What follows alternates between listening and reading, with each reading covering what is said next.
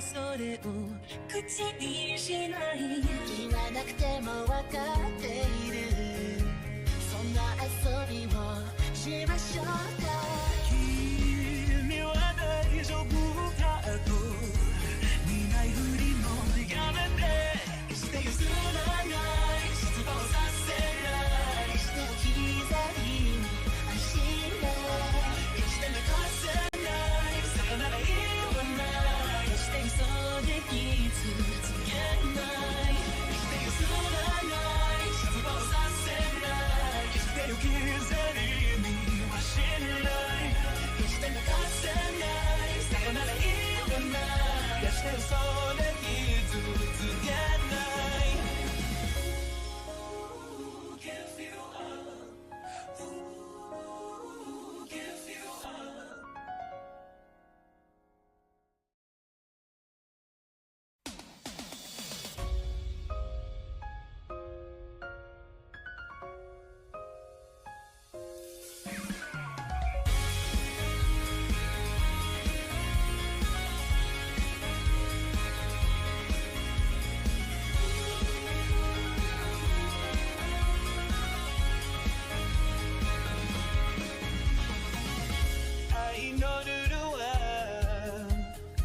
私たちも知ってた。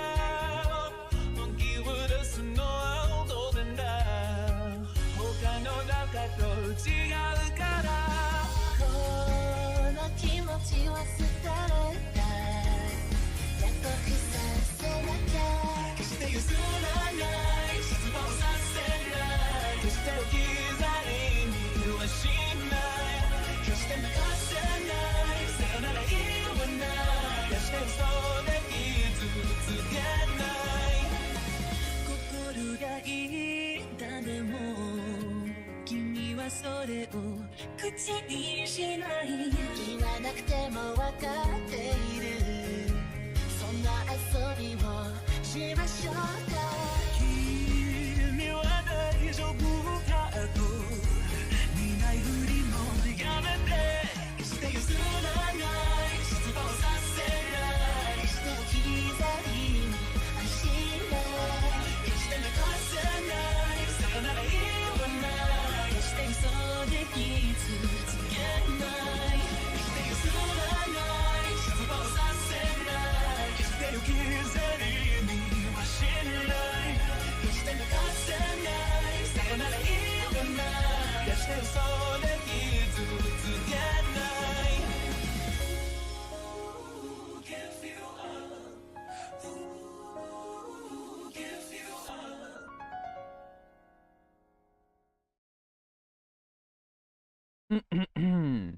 Me, me, me, me, me, me, me, me, meow. Hello, hello, hello, hello, hello, hello, hello. Okay. Shady Mav? Who's shady? You're a shady lady. You're Slim Shady. Bash gets first at least once a month. I know, it feels like it's been a whole month since you got it last time. I'm not slim, must be fat, Shady. Well, that's fine too. As long as you admit that you're shady. Okay. So, speaking of shady, this has nothing to do with it, but I took a shower earlier today because only to those I love have banter with. Earlier today, I was babysitting my nephew, and I was sitting on the couch. I was watching How I Met Your Mother because it's on Netflix now, and it's a show I fucking loved when I was in college. The ending kind of ruined it for me for a long time, but I decided, you know what? I'm going to go back and watch it. And I was sitting there. My nephew was on his little tablet watching his YouTube videos of some guy playing Minecraft, and every time he would say, oh my gosh, he would pronounce it, oh my gwash, which was weird and annoying after a while because he did it a lot. And my sister's cat, she's heavily pregnant at this point. She's been so for a little bit. We knew that she was pregnant. We knew it was going to happen soon. She was sitting on the back of the couch in front of the air conditioner, and I thought, that's fine. She just wants to be cool. She's probably hot. She's going through pregnancy. So I'm just sitting there, and I'm watching, and I'm on an episode of How I Met Your Mother. It's still early season because I only just started watching. There's an episode, first season, where they go to a club, and the episode is called Okay Awesome, because the club they go to is called Okay, and Ted at first thinks that's awesome, Ted being the main character. And about in the point in the story where a character played by, what's his name?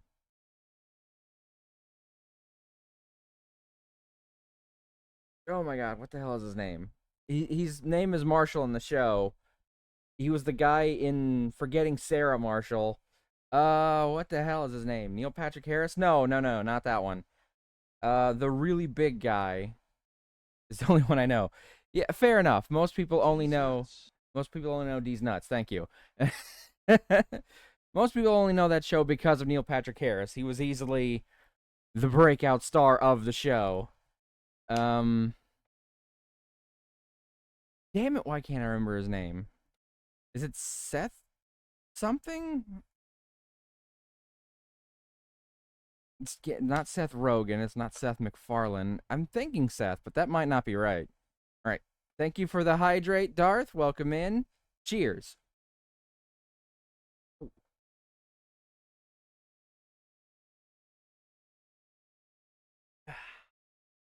Anyway, it doesn't matter what the actor's name is right now. I'll remember it later.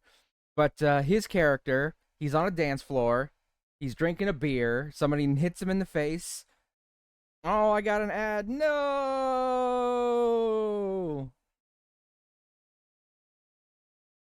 I hope everyone is doing well. Also, I got a plushie earlier. Ooh. If you would like to share with us, there's are you in the you probably can't hear me. Are you in the Discord? Bash, ask for me, please, because I don't know. Yeah, there you go. That'll work. Share plushie.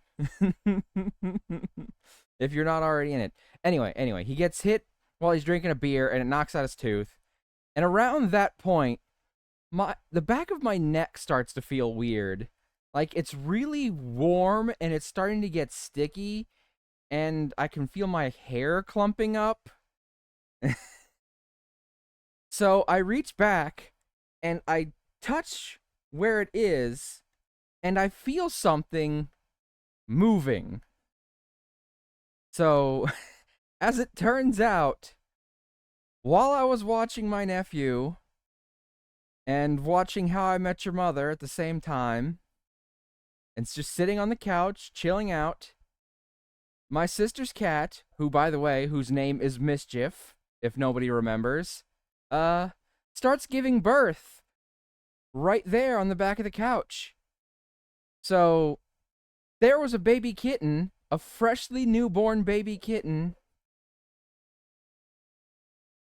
writhing on the back of my neck. And there was afterbirth in my hair and down my shirt. And, yeah. So that's what happened earlier today for me. I can't join the Discord since I'm part of 100 already. Well, the Discord server. They limit servers? I didn't know that either. I'm not part of even nearly close to 100. If you don't want to join the Discord, that's fine. You don't have to. If you wanted to share the plushies, I suppose if you get permission from a moderator, you could post a link and we could look at them there. If you want to share the plushies. You don't feel like you have to. I have maybe 30 for emotes only. Fair enough. But yeah, so I'm sitting there. I've got a baby kitten, a newborn baby kitten, writhing on my neck. I'm covered in afterbirth. And I can't get up because if I do, this baby kitten's gonna fall. So I had to wait for someone to get up to help me, move this kitten into. We set up a little laundry crate, I guess you would call it. They limit amount of servers to 100 for those without nitro, and maybe 200 for those with nitro. Weird. Then I have 20-ish for games and 7 or so for authors/gay romance. Yes. Caught in a gay romance. That's one of our quotes. I don't remember which one exactly, though. Good to know. It is good to know. So, yeah. Once my sister wakes up, they set up a little box in one of our laundry baskets for the mother. And they set her in there, and they get the kitten out and put her in there, too. Because she wasn't done giving birth. If this hadn't happened fast, I would have been covered in a lot more swarming baby kittens. I only had the one born on me. But by the time they got her moved, I got up. I took my shirt off because it was covered in afterbirth and it was very sticky. And my hair was, like, matted in afterbirth. So I had to immediately hop in the shower. So that's been my day so far.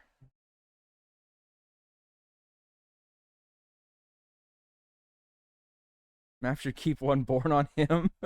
They're my sister's cats. I will let her decide what she is going to do with them.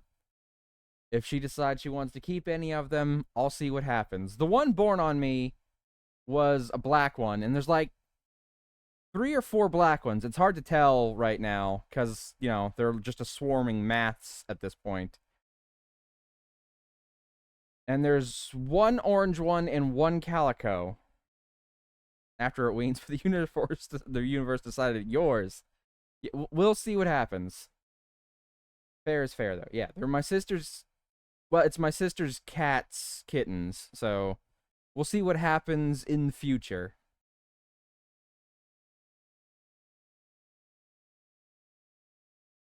So we have somewhere between 5, maybe 6 newborn baby kittens today. One of which was born on the back of my neck. It was a black one, and it had pink paws. I don't know if any other ones have pink paws, so maybe it stands out.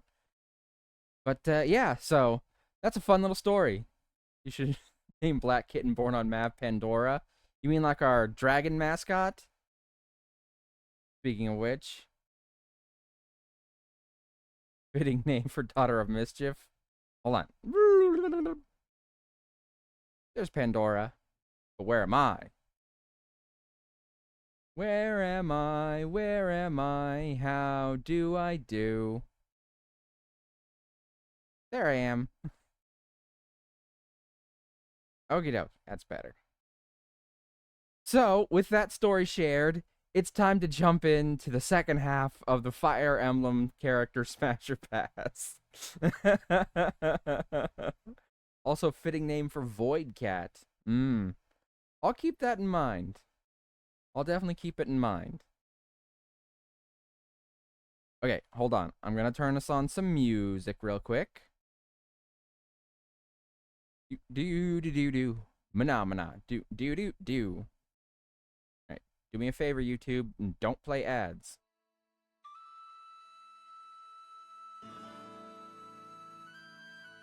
Okie dokie. Can everyone hear that okay? I'm gonna finish my introduction before I share the picture of my newest plushie. Okie dokie! You do so! Wait, did you actually join the Discord? Is that what you're saying? Hold on. Oh yeah, look, there you are! Oh my god, did you leave one of your servers to join mine? You didn't have to do that. Okay, hear it fine? Okay, cool. So, we are starting with the next game in the series, which is Three Houses, which is probably, right now, the most popular and well-known of all the Fire Emblem games. Awakening's still probably my favorite, but fucking Three Houses was gangbusters. And it did a lot of things that Fates tried to do, but it did it better. Because Fates had 3 different routes, and technically speaking, Three Houses has 3 different routes, but you didn't have to pay for 3 separate games to get all the routes for 3 Houses. You paid the one time for the one game, and you could pick which route you wanted to do. And I'm going to tackle these particular routes in the order that I played them in when I played 3 Houses, because I've played every route. Okay, but first, let me describe what's going on with these folders, because it's a little bit different, because this is the first one we're doing that doesn't have a first generation, second generation. Rather, it has time skips. So, in Fire Emblem 3 Houses, you start in the school phase in Act 1, and then you go to the war phase in Act 2, which is like 5 years later. And in the spin-off game, Fire Emblem Warriors 3 Hopes, you actually play like a Dynasty Warriors-esque game where it's a different timeline, and it's 2 years of a skip after the school phase instead of 5. So every character has roughly 3 different designs. Well, most of the characters do anyway.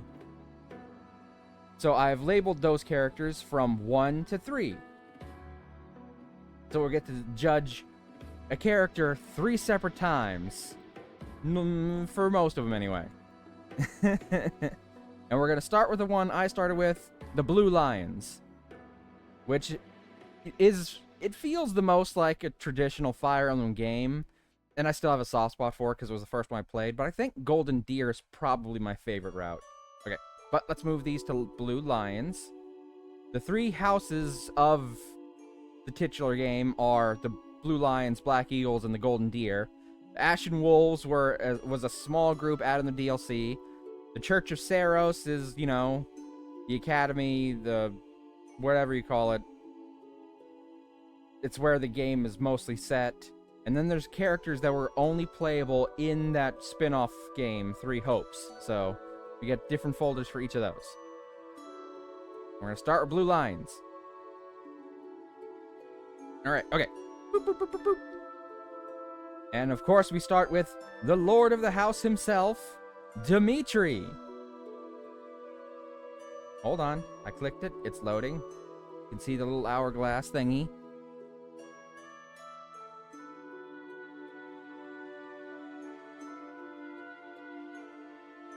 Is it gonna crash again? It did that yesterday too. It just crashed on a picture for some reason. Like, I don't know. I just can't have this static image up here right now. Alright, Dimitri. And unlike most Fire Emblem games, a lot of these characters actually do have established ages. Most of them in their school phases are under 18. There's a small handful that are not. But it's still going to qualify them to get immediately in the illegal folder. But we're still gonna rank them because, you know, these are some of their iconic looks. So that's Dimitri, the head of the Blue Lions. This is him during the school phase. This one hot. He's voiced by Chris Hackney, and this is probably his most well-established role. But I mentioned yesterday that Ben Diskin was 2 characters in Fire Emblem Fates. He's also 2 characters in this game, Fire Emblem 3 Houses. But he's also Mega Man in a Mega Man 11, and Chris Hackney also happens to voice a character in Mega Man 11. I don't remember which one exactly. I think he might be Blast Man, one of the robot masters, the bosses you have to fight. I could be wrong about that. It's been a bit since I've played Mega Man 11. I do have it. It's just been a bit since I've gotten around to it. So, it's a fun little commonality connection. Before I lick how old is this one, I think at this point in the game he is 17. I could be wrong. He's definitely under 18. But we'll get to that. Trust me, we'll get to an age-appropriate licking age in just a minute. Like I said, most of the school phase stuff is probably going to end up in illegal because most of them are under 18. This is one of the very few Fire Emblem games where most characters have established ages. So, I love Dimitri, but we cannot smash him until he is older. Okay, 2 years later. So, in theory, 20 here. This is...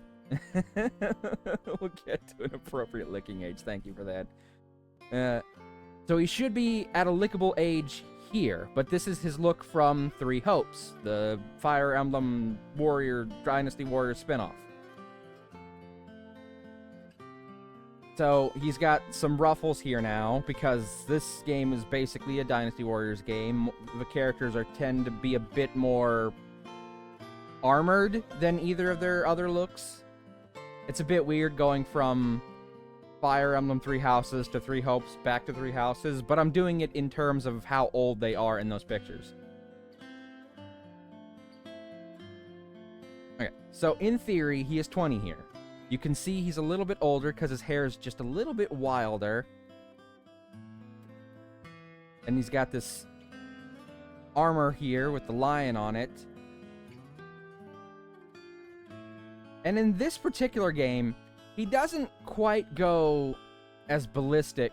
Is he wild? A little bit, but he's not nearly as wild in this phase as his next phase. Each of the three houses, the leaders are the future leaders of their respective territories that surround the whole church. Or whatever you call it, the academy. Because there's in the land of Fodlan, there are three major powers. There's the Empire of, fucking, I want to say Andraste, but that's actually Dragon Age. That's the mother of God or whatever. No, the wife of God in the Dragon Age setting. Adrestian Empire. I think it's something like that. I was close. And that's Edelgard, the Black Eagles territory. There's the Leicester Alliance, which is the Golden Deer territory, of which Claude of the Golden Deer House is the leader of. And Dimitri here is the future leader of the Holy Kingdom of Fargus. So, alright.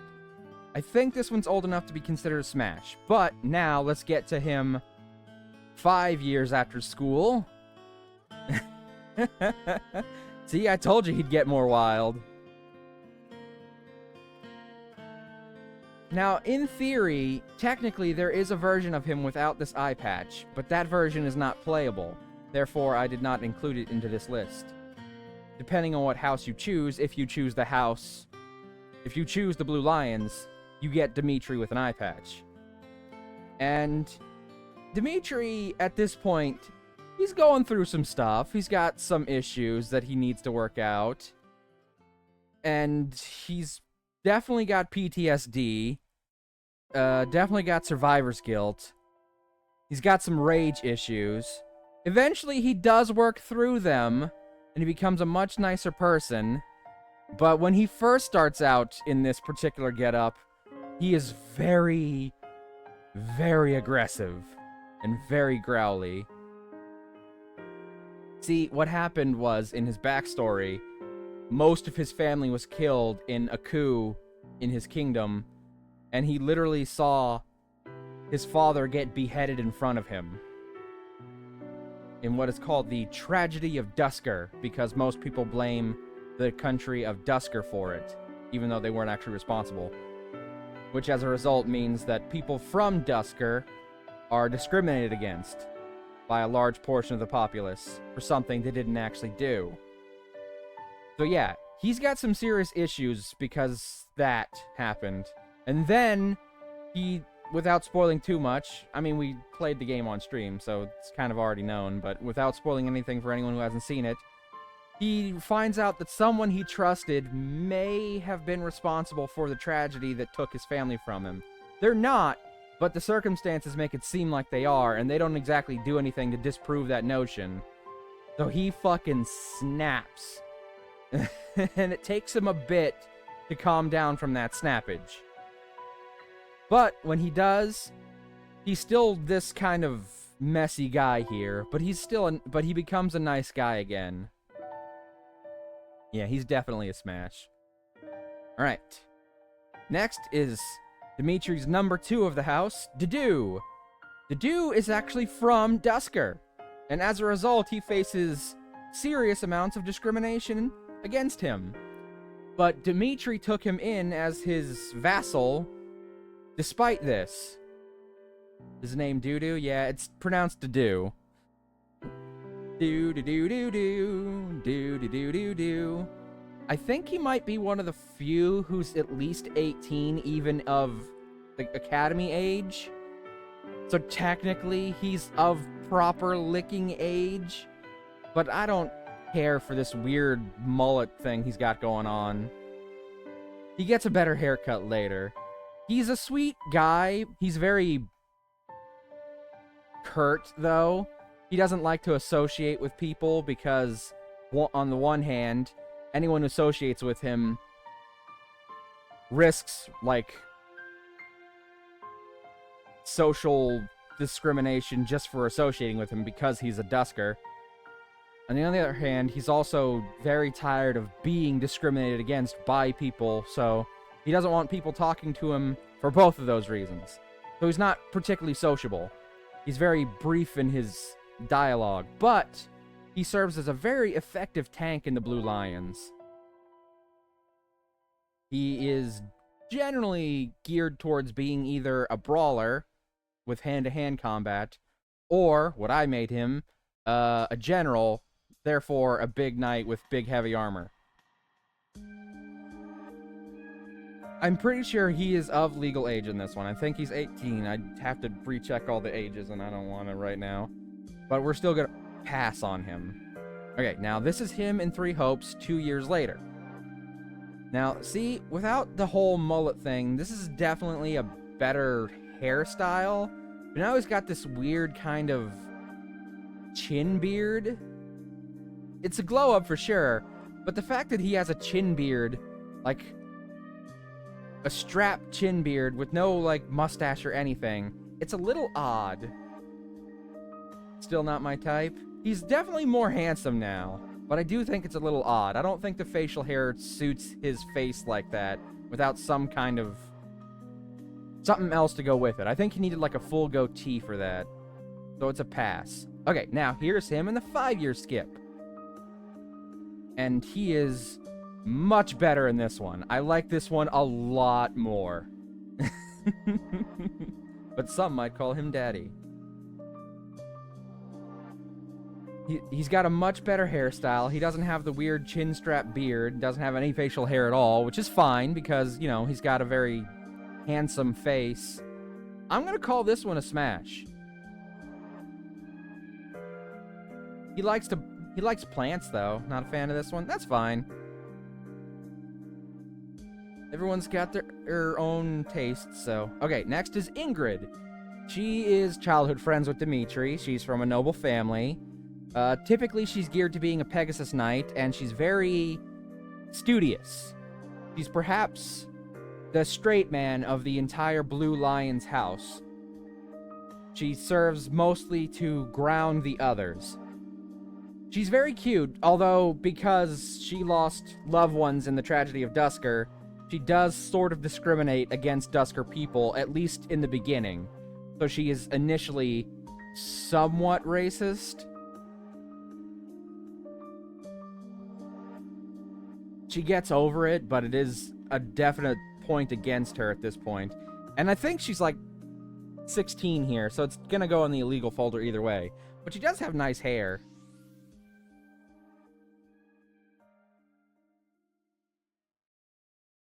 Alright, and this is the 2-year time skip version. See the Waka of this game.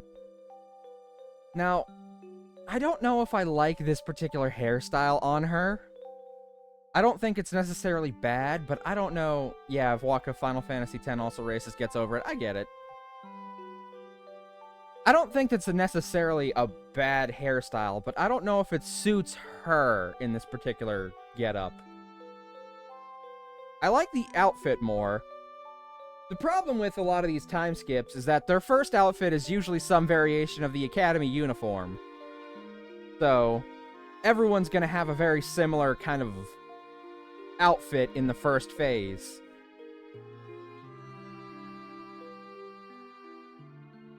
I'm gonna pass on her. Alright, next is Ingrid in the 5-year skip. Now, it's harder to tell because you can't see the back of her head, but she does have sort of like a small braided bun going on back there. And this is almost that same outfit, really, even though that's set in 2 different timelines. But this outfit, this hairstyle does complement her face much better, I think.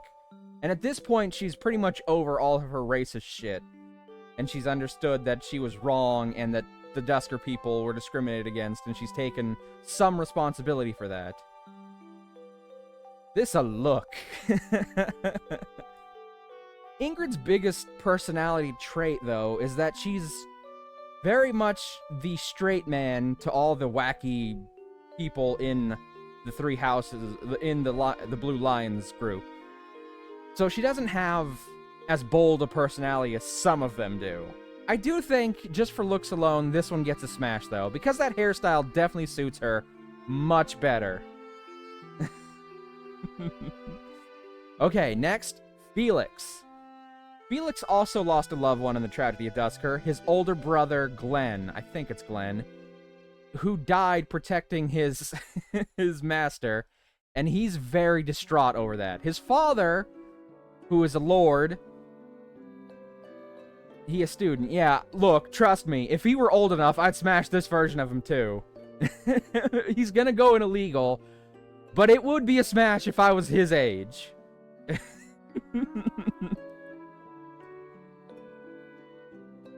It's the jailbait smash.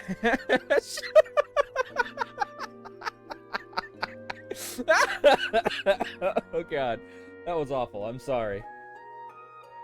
Don't quote that one. I don't want proof that that ever came out of my mouth existing. But anyway, his father saw what his thank you. What his eldest son and Felix's older brother did as a noble thing, sacrificing his life to save his lord. Felix, however, has very different emotions about this. He's very, very angry that his brother is dead, and so he is sort of taken on this mentality that self-sacrifice is dumb and not noble.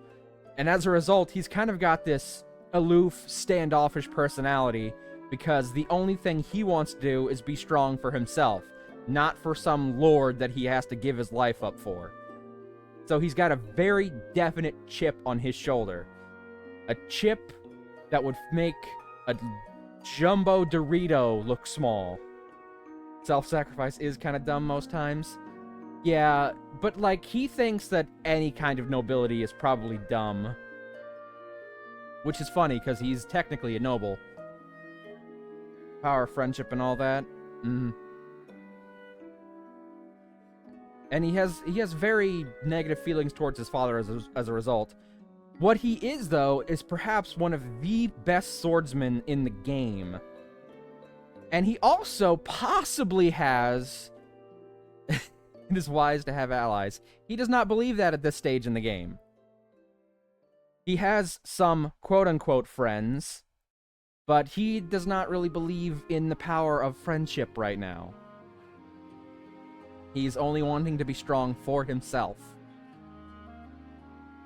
But that changes when he gets older, and he has one ending where it's implied that he might be in a gay romance with one of the other members of the Blue Lions, because they heavily imply that they spend their lives together. They don't outright say it, but like, most people agree that it's very queer-coded in that ending.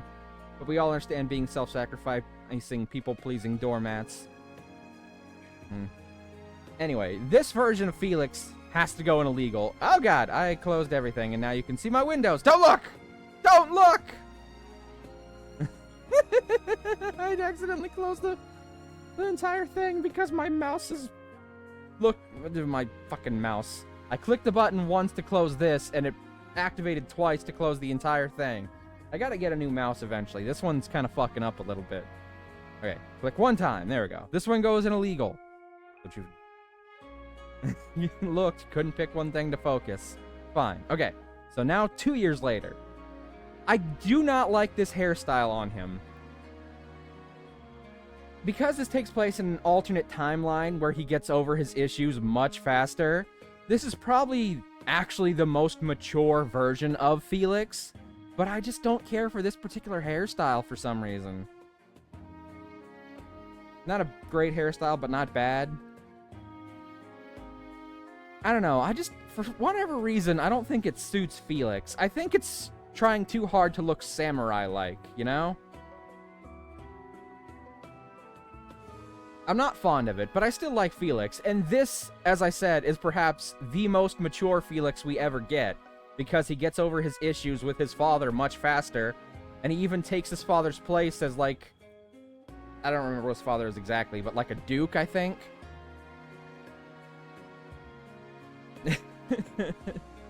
Take his hair down and yum. I think he would look much better with his hair down. Ah, shit, I should have... Because every character in Fire Emblem Three Houses has, like, an S-rank picture. I should have gotten those, too. Because when you get to S-rank with a lot of them, you're more or less proposing to them, with very few exceptions. But they all have, like, very nice, very sweet images. I should have grabbed those. Oh, I should have thought about that. I didn't, though. We'll give it a smash, but he has to take this hair down during. Okay, now, for Felix in 5 years...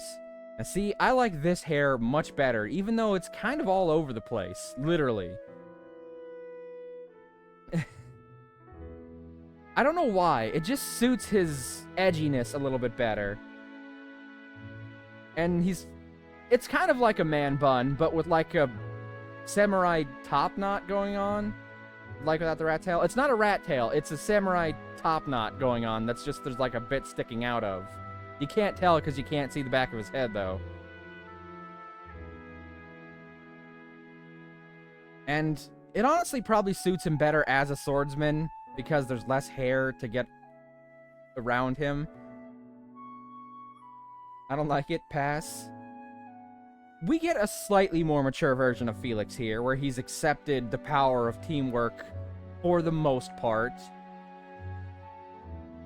I'm gonna give him a smash. I like that hair better. Okay, here's one of our first, more problematic characters. Sylvain. He is this game's flirt character. He was born with a crest. In the society they live in, crests are highly valued, and people want to marry into crest-bearing families to have crest-bearing children so they can become nobles. And Sylvain knows this. So a lot of the women who he flirts with, he knows they're only reciprocating because they want him for his crest. And he secretly resents them for that, but it doesn't fucking stop him from flirting with them. So just because he hates doing it, doesn't mean he's not doing it. Anyway, this one goes in illegal because he's too young. Now, I think he does have a definite glow up here. And he's slightly matured, but he's still very much a flirt. And, for what it's worth, when I mentioned Felix has an implied gay romance with another character, Sylvain here is the implied character. Smash but not marry. Totally fine. Totally acceptable. He can have... I ship it. He can have, like, monogamous relationships if he actually connects with someone on a level where it's made clear that he's genuinely interested in them and they don't just see him for his crest.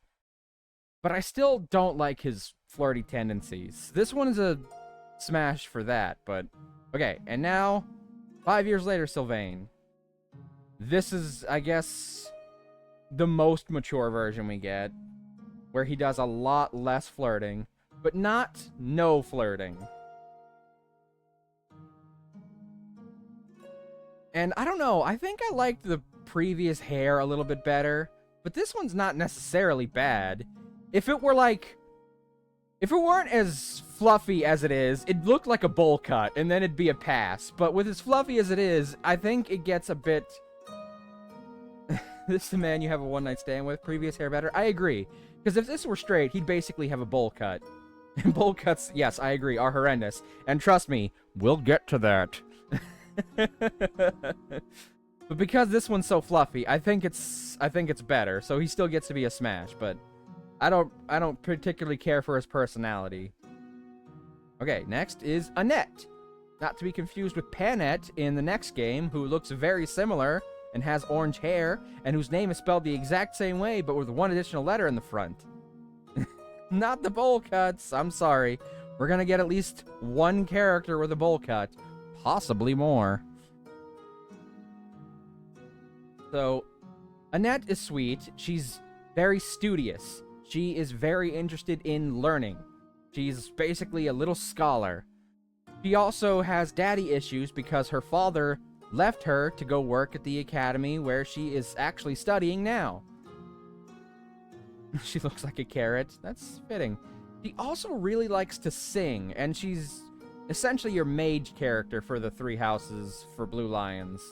She's not the best mage character. That's easily Lysithea, hands down. And she's not even in 2nd place, because that's probably, fucking, I think I'm saying her name wrong, but Colette from the Ashen Wolves. It's something like that, but probably not Colette. So, unfortunately, she suffers a bit just because even if I'm playing Blue Lions, I eventually shelf her to have a better mage character. She's a sweet character. Oh, and she does have a pairing, some supports with Felix, where she likes to sing, and he actually gets into it and asks her to sing. She cute, but hard pass, looks like a child. Oh yeah, this one's going in illegal. I'm just trying to get into her personality a bit. Okay, now, 2 years later. She's definitely matured.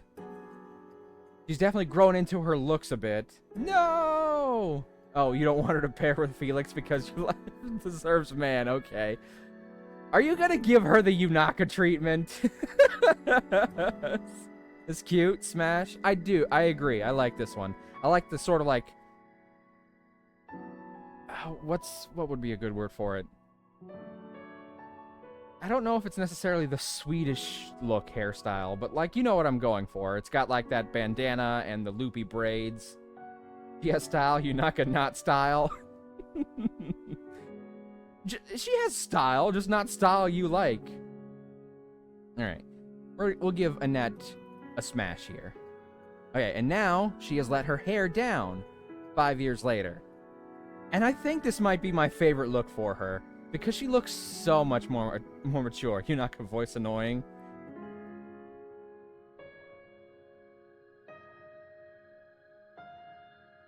Smash? I agree. I think it's a smash. Next up is Mercedes.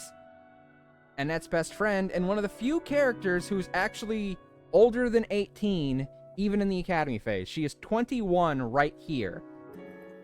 Yunaka voice not the worst, to be honest. I agree. Smash? I love her hair. I fucking love this hair. All of her other ones, I don't like their hair as much as I like this. I know there are some people who like the other hairstyles, but this one is my favorite hair for her. Mercedes is like the team mom. Even though she's had a lot of her own tragedies in life, especially with her stepfather who wanted... Her stepfather, by the way, married her mother in order to gain access to the crest that is in Mercedes' bloodline. But, unfortunately, her mother became too old to bear him any crest-bearing children. Oh, pass, don't need another mom. He asshat. Oh, you haven't heard the worst of it. So when, unless you remember.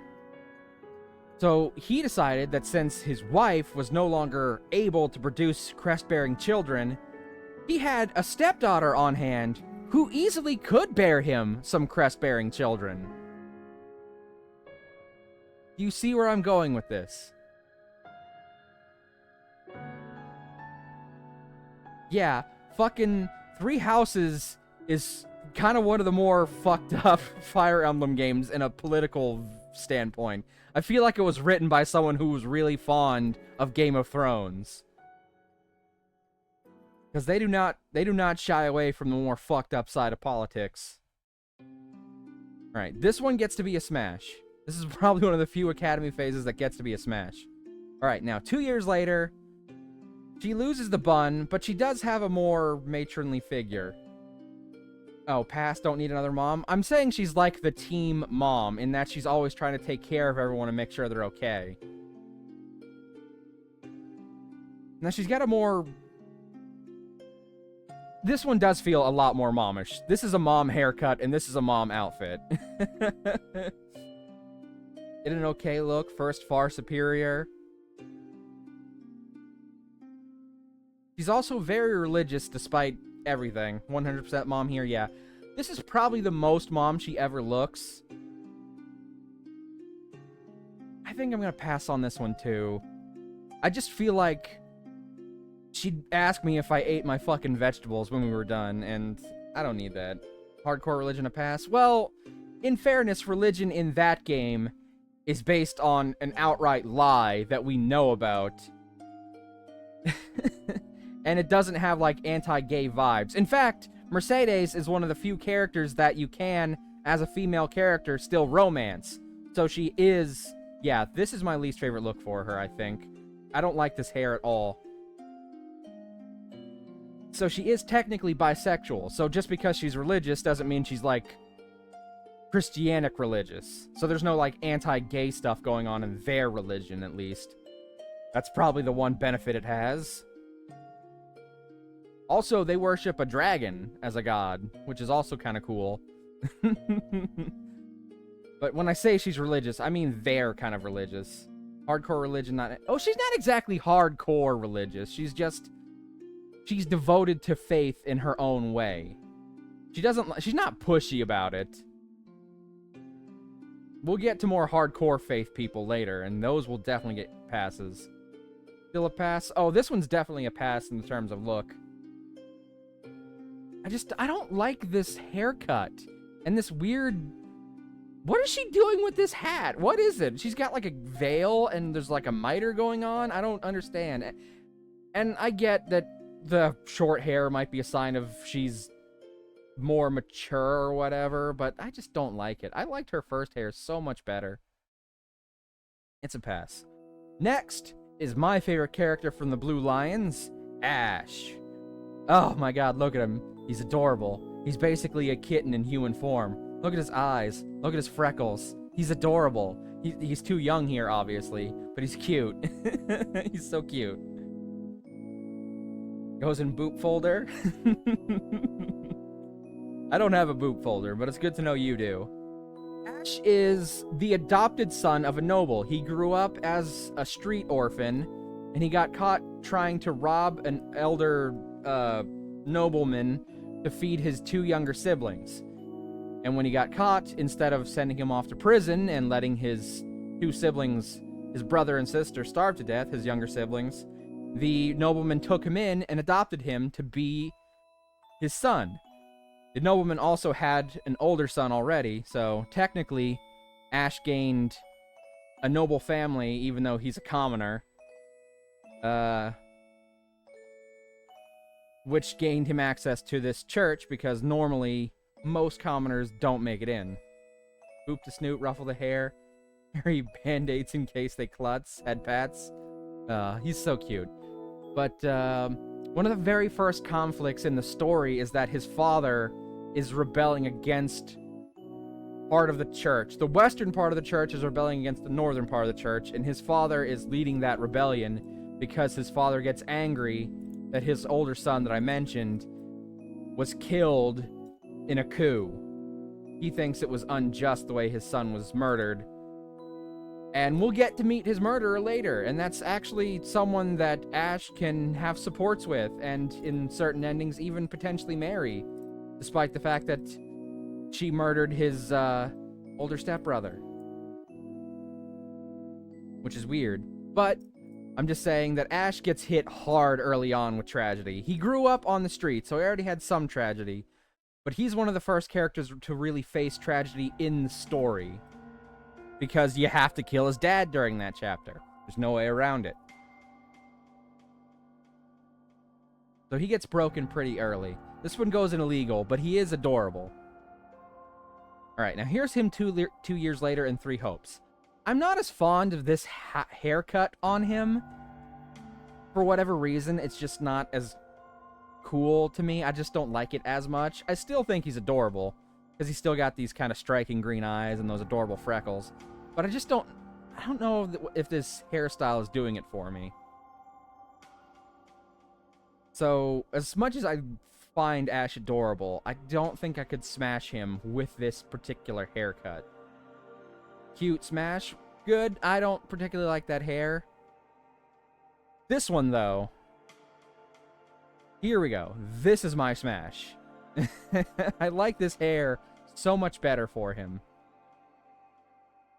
Because there's still a little bit of fluffiness going on that he had. His hair was believer hair. That is what it was, wasn't it? This much better? Yeah, it definitely is. There's still some fluffiness, but there is also a bit more refinement. Plus, his outfit suits him better, because it kind of makes him seem a little bit more broad. Because he's like one of the shortest characters in the game. He's shorter than even a lot of the girl characters. Oh, he's your archer of this team, by the way. I don't think I mentioned that. He's also one of the only characters with an innate ability to pick locks, which makes him very useful to me, even though he's definitely not the best archer. That would probably be Ignatz or Bernadetta, which actually makes him probably one of the lower tier archers. But he's such a sweet guy. And him and Casper have a support together. We'll get to Casper later. Where they literally adopt a kitty together. And it's so cute and adorable. And I just like picturing them as parents of a cat that they adopted. But, you know, he really wants to be a knight. So he likes to read lots of stories about knights. But he also, in one of his supports, reveals that he also reads the occasional racy novels. Adopted, man birthed the cat himself, he a cat.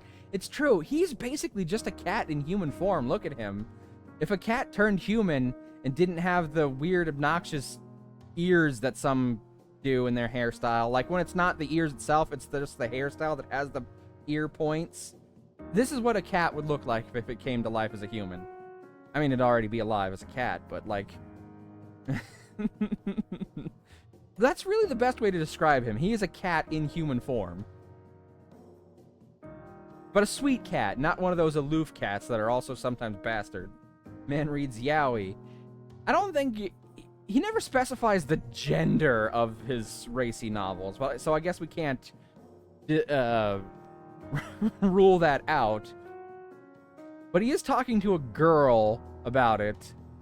So I think the suggestion is that it's heterosexual, but we can assume it's yaoi. It's a smash either way. Alright.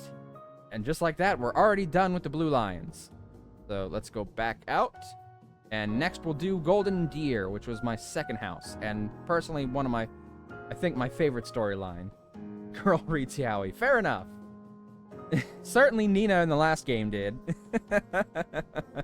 Although she did a lot of her own writing for it. Okay, so Golden Deer. Smash. Pass. Illegal. Alright, and we're starting with Claude. Leader of the Golden Deer. Obviously, too young in this particular image, but I like the outfit. It suits him. Yellow is a good color on him. And his voice actor is... his voice actor had a lot of fun playing him, I could tell.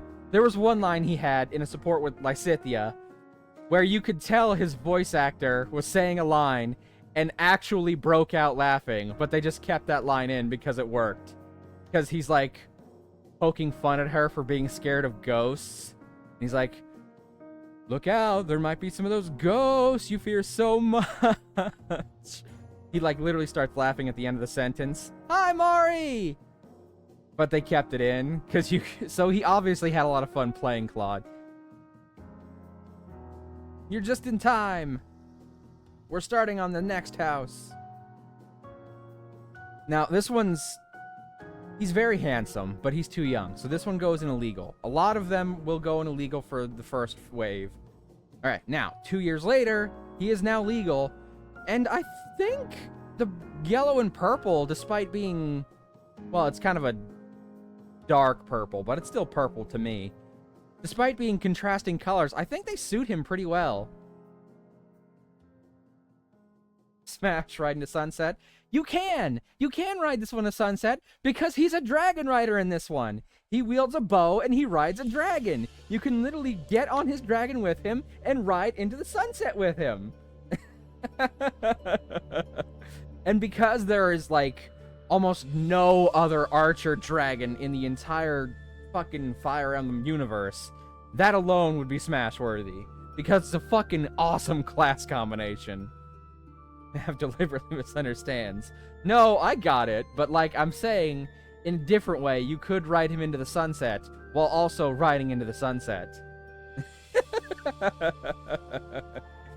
On the back of a dragon. Smash Dragon, Smash Man. Okay. I like this look on him. It gets a smash. Alright. Okay, now. Here's him 5 years later. You can see he's got a little bit of sideburns going on. I don't particularly care for the sideburns look. I don't think they look good on almost anyone. Who's down for a cuddle puddle? It almost a chin strap? Almost. It's just not connected enough to be a chin strap. And trust me, if it was a chin strap, it would still look bad. In fact, I think if it was a chin strap, it would look worse. But since it stops, like, right here, it's just barely better than a chin strap. I still don't like it.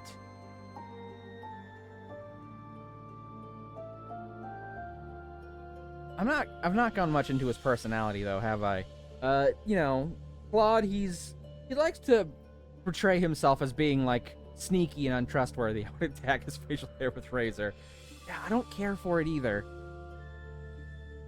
He's supposed to be the next leader of the Leicester Alliance, which, unlike the Holy Kingdom of Fargus and the Adrestian Empire, which both have basically one ruler, the Leicester Alliance is basically made up of a bunch of noble houses all sort of agreeing to work together with one primary lead house, which doesn't rule over all of them, but he's sort of the heir of the next big leader house.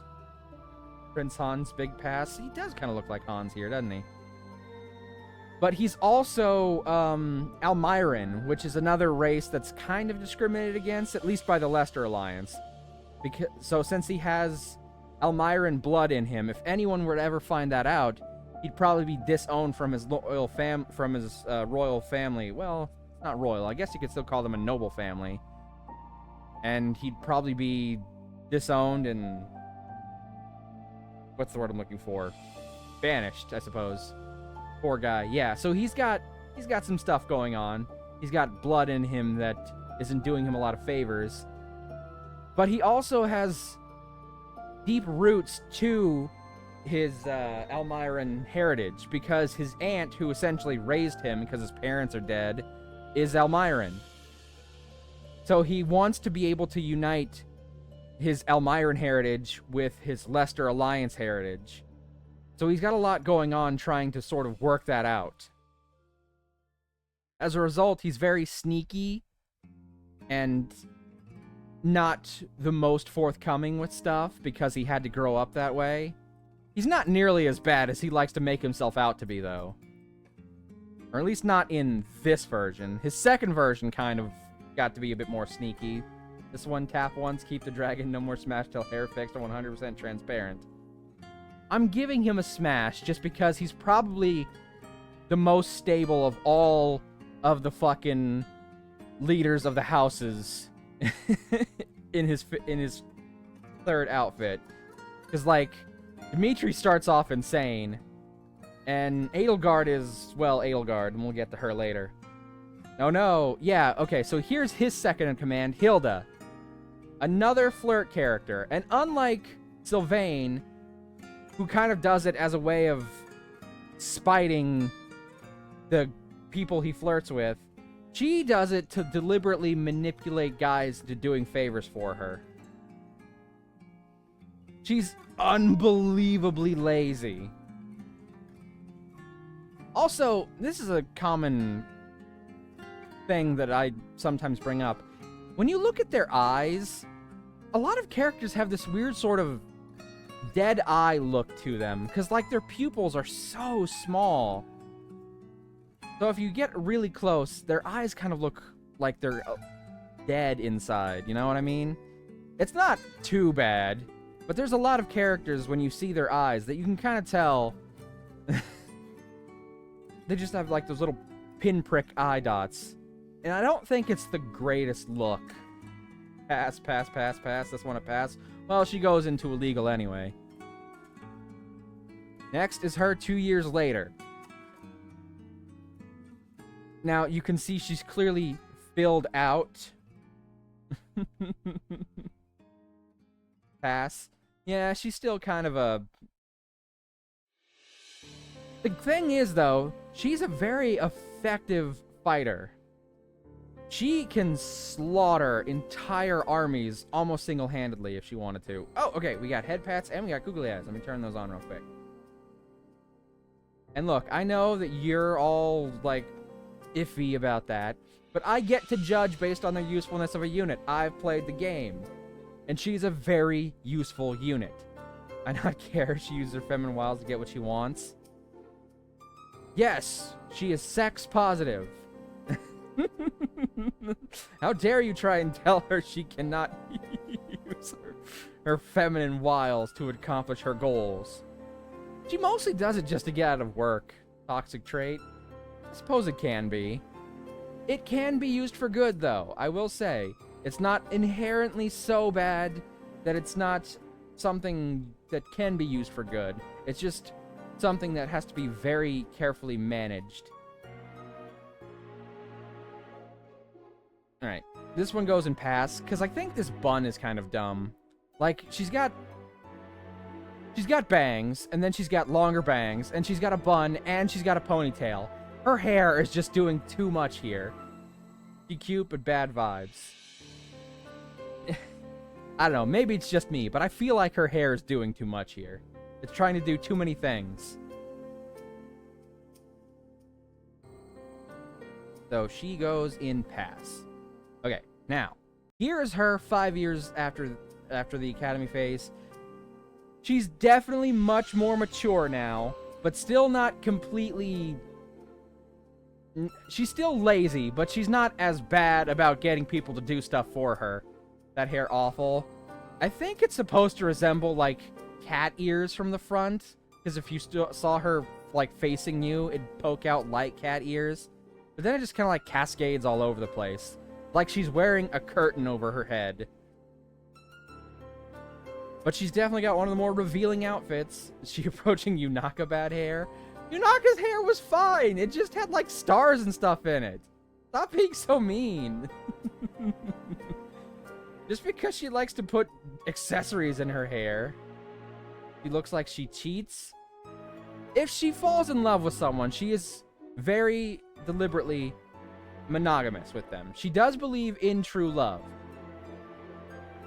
She just, you know, also likes to occasionally use her looks to get people to do favors for her. The funniest parts is when it doesn't work, though. Because there's one character named Caspar, who she flirts with, and almost propositions at a certain point, and he just is too dumb to get it. Alright, she's a pass. I like Hilda as a unit, but I don't think I could... Okay, here we go. First bowl cut. And probably one of the worst ones. Lauren's. Hilda had 2 units. Pass. Nope. Yes. Believe me, the hair is really bad. It's so bad. It's so bad, I probably don't even need to tell you any bit about his personality for it to be a pass automatically. But I guarantee you, if I told you a bit about his personality, it'd be an even harder pass. So Lawrence is a noble. He grew up in a very noble house, and he has very hard-grained ideas as to what a noble is and does. He holds all nobles, including himself, to a very high standard, but he's also kind of classist because of those beliefs. He thinks that a noble's job is to serve the commoners, and that commoners in turn serve the nobles. So he doesn't think, at least at this point in the game, that commoners and nobles can be friends. And he deliberately says multiple times that even if he were to fall in love with a common woman, he would not marry her because it would not be right for a noble to marry a commoner. High standard like his forehead. Shit, they can learn circumference too. Lawrence is a guy who does not have a very good first impression at all. At all. He's also our first character on the list who's voiced by Ben Diskin. It's just... Lawrence is a guy. It's not Lawrence, it's Lorenz with a Z. L-O-R-E-N-Z.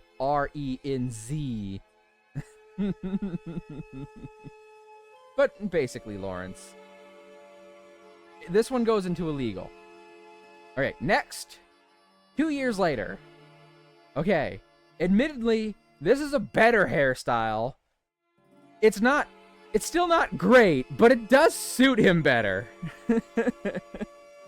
And the purple's a much better look for him. Would Lick? Yeah, he definitely looks better in this picture, doesn't he? I'm still not fond because it's still kind of a bowl cut. It's just a longer bowl cut. Is he a better human? This is 2 years later, so he's starting to chill out on his hardcore noble stuff. But he still deals with, like, the idea of he has to do things because he's a noble, not because he wants to or doesn't want to, but because that's just what he has to do as a noble. He's much more willing to make friends with commoners now, but he still wouldn't necessarily be willing to marry a commoner if he was in love with her. Oh, by the way, this rose on his chest is actually embossed into his armor. It's not a real rose, it's part of the armor. He has a very strong rose motif. To pass overall, I'll give it a begrudging smash. Okay, and next, Lawrence when he's fully mature and actually willing to marry for love if he wanted to. This hairstyle, though, it's either going to be a hit or a miss. I like it. I like it a lot. It's definitely much better than that fucking bowl cut he started with.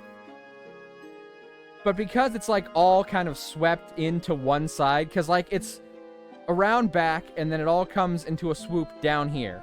So his hair is all sort of coming to a point like it's a rope or something.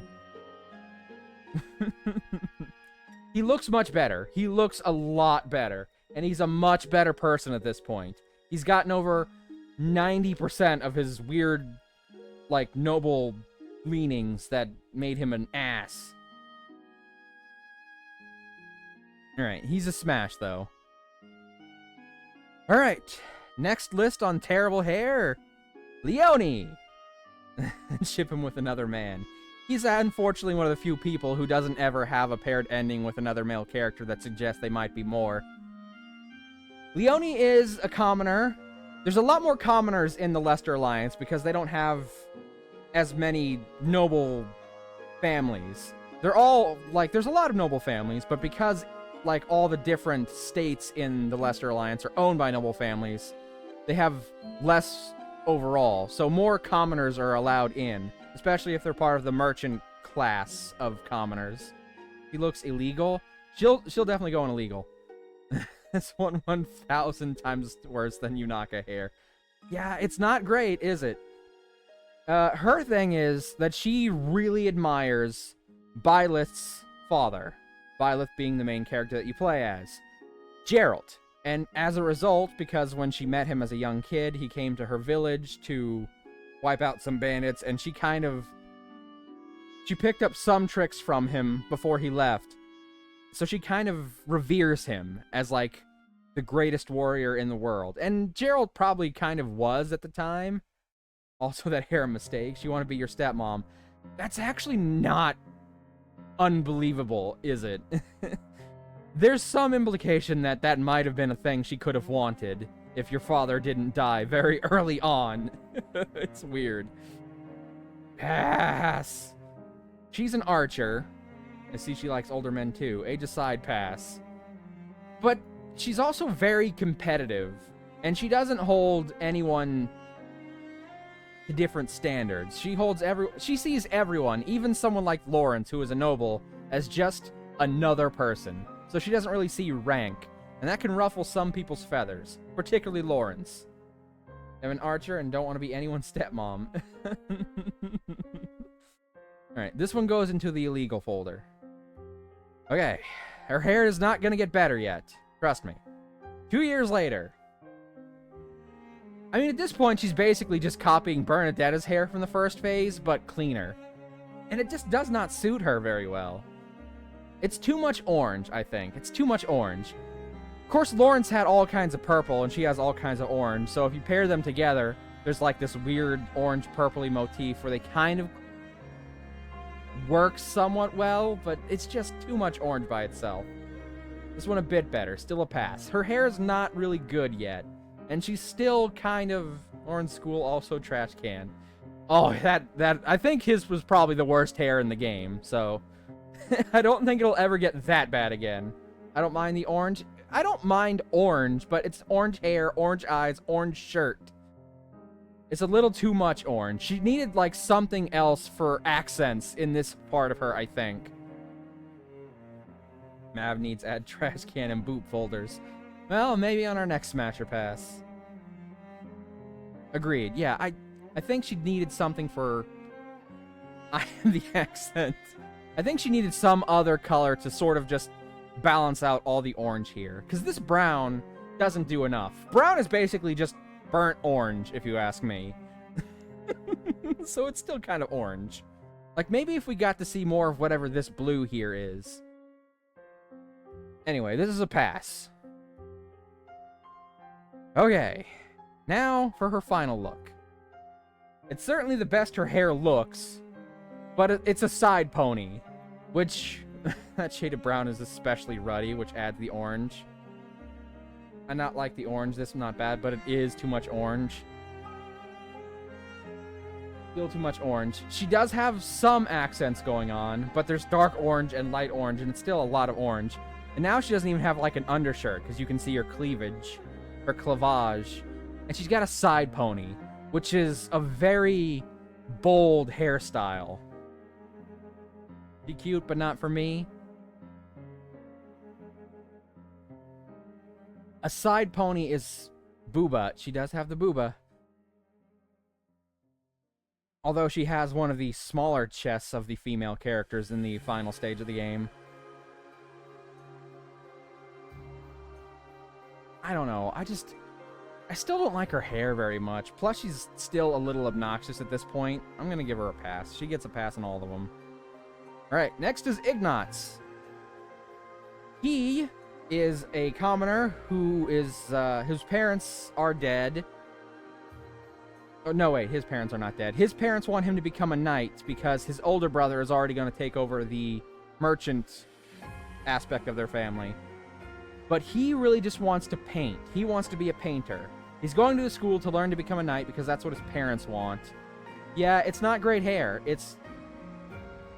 She looked like a friend. This one looks like a friend.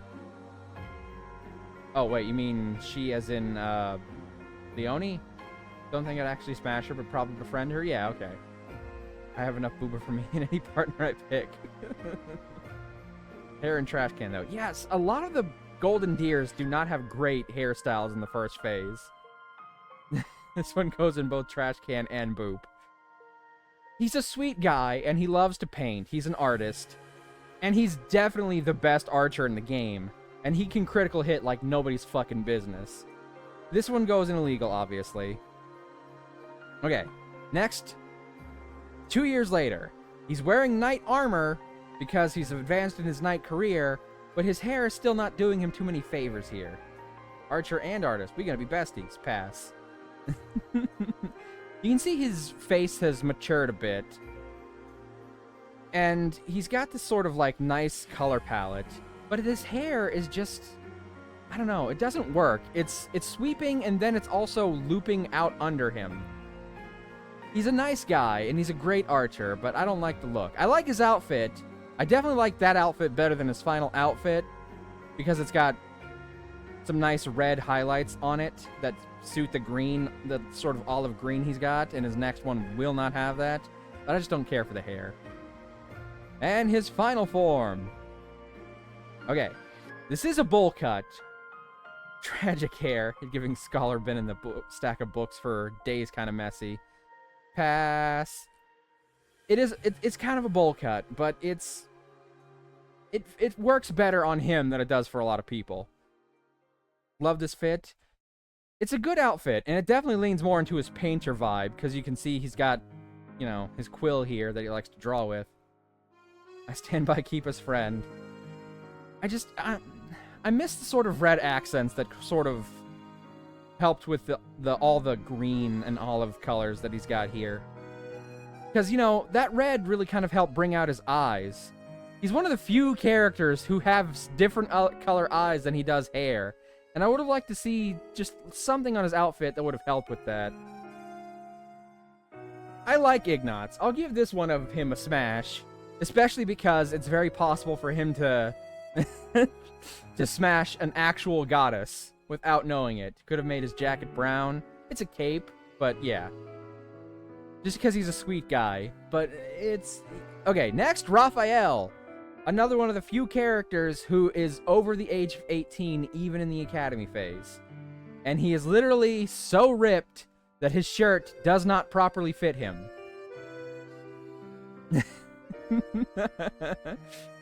His main character gimmick is that he works out and he eats. That's it. He is sweet, he is dumb, he is a himbo. He looks like a chef. He is actually considered one of the better cooks in the game. He does like to eat, and he does like cooking. Bet he bakes tasty things. He prefers meat over baking. I will say that. If he's gonna cook, he'd rather have something meaty. He'd rather put some meat in his mouth. Tentative smash. But he has a skill called Basket of Goodies, where if he waits for his turn instead of, like, attacking an enemy, he prefers meat, does he? He does have an implied ending with Ignatz where they sort of become like brothers-in-law because Ignatz marries his little sister. But I always kind of wish they had a closer connection, because him and Ignatz are basically best friends.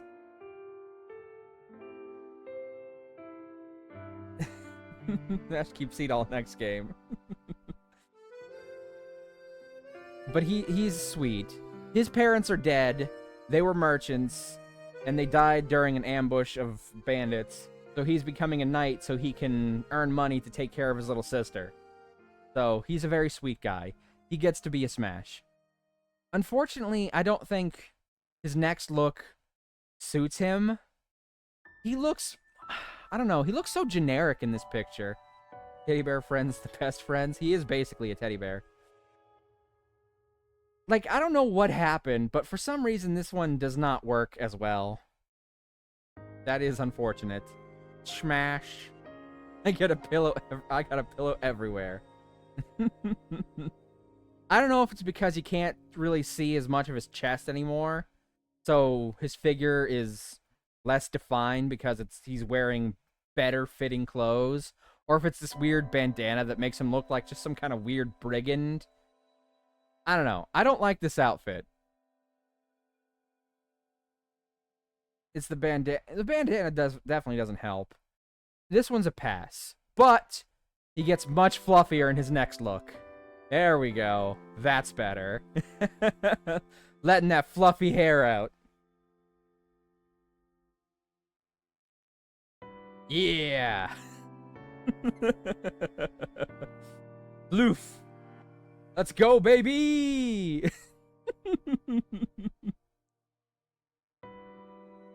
Also, you can kind of see he's got male cleavage. He gets a win for male cleavage. I need him now. He goes in boot folder. Marikin has. He's a smash. He's a sweet guy. He's a smash. Next up is Marianne. Okay. We need to stress that Marianne has severe depression because of her crest is sort of a cursed one that most people see as an omen of evil. And her depression also causes her to have sleep apnea. So she is always very tired. So you can kind of see her eye bags. She's got serious eye bags going on because she does not get enough sleep. Looks cute, cold, and depressed. Oh, well, that's actually the perfect way to describe her. Cute, cold, and depressed. She's not cold in the sense that she's mean or anything. She's just distant because she's got such bad depression. She doesn't want anyone... She thinks if she's close to anyone, she'll make their lives worse somehow. Yeah. She is aloof. She also learns a lot of ice magic, so that works too. She's sweet, but she's got not the best upbringing. She's got pretty severe depression. Damn, she's me. I get those feels sometimes. Boot folder. This one goes in illegal. She really loves animals, though. It's implied that she can almost talk to animals. Okay, 2 years later, her depression is not nearly as bad, but it's still there. So you can still see her eye bags somewhat. So she's still not getting good sleep, but she's got more confidence in her looks, though. So she is dressing up a bit more.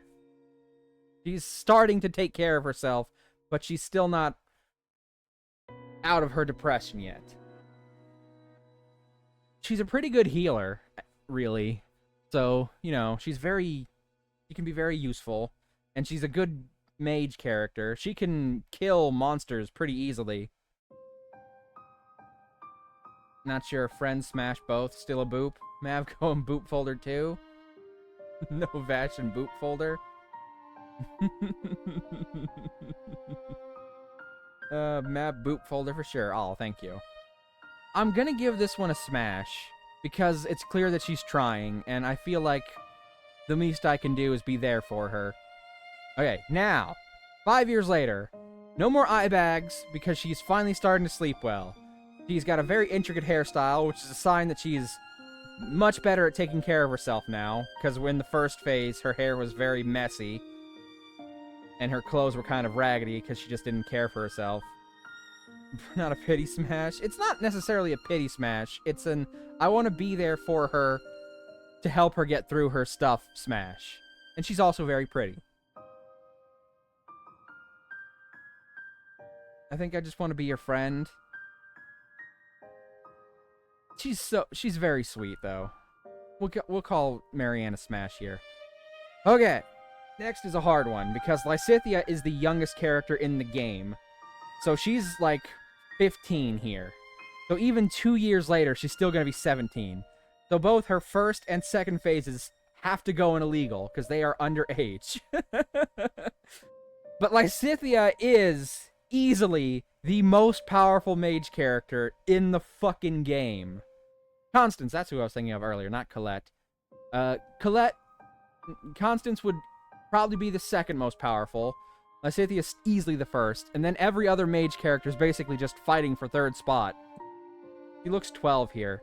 Well, she looks very young because she is very young, but she's also got a terminal disease that has turned her hair white and has drastically reduced her lifespan.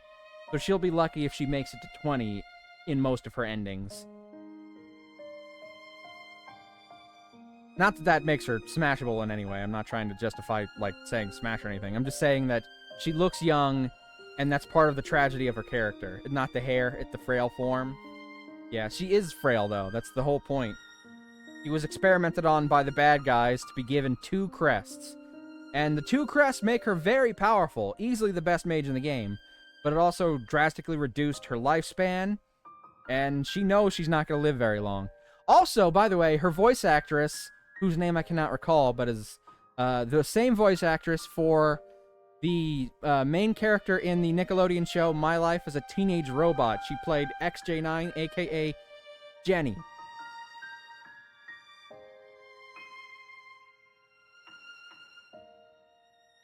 Alright, so she goes in illegal. And this one's also going to have to go in illegal, because she's still only 17 here. Was a great show. Yeah, that's her same voice. So you can see that she's adopted some blue and white accents that I think suit her better than that academy uniform did. And she's definitely doing more with her hair, but she's still only 17 here, so it's gonna go in illegal.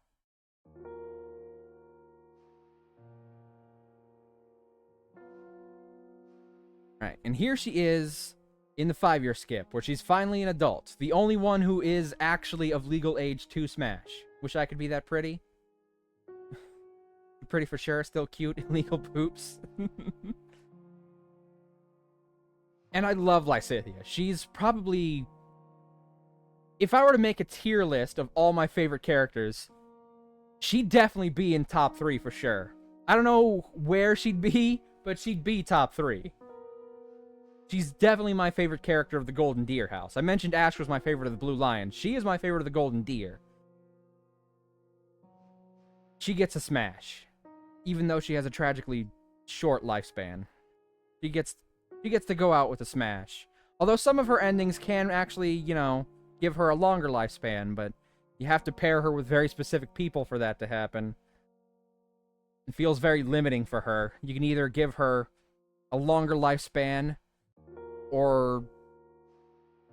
but she has to be paired with very specific people, or you can try some other endings where she'll die tragically young. Okay, next is the Black Eagles, the final house I did, and probably my least favorite of the stories, but the one we did on stream, so... Okay. Here we go. Edelgard. Edelgard is perhaps the most contentious character in the history of Fire Emblem. Because there are people who love Edelgard, and there are people who hate Edelgard. How old? She's like, I don't know, 17 here. It's gonna go in illegal. She pretty? She is very pretty, but she's also got white hair because she was experimented on by those same people that experimented on Lysithea. Her natural hair color would be a brunette.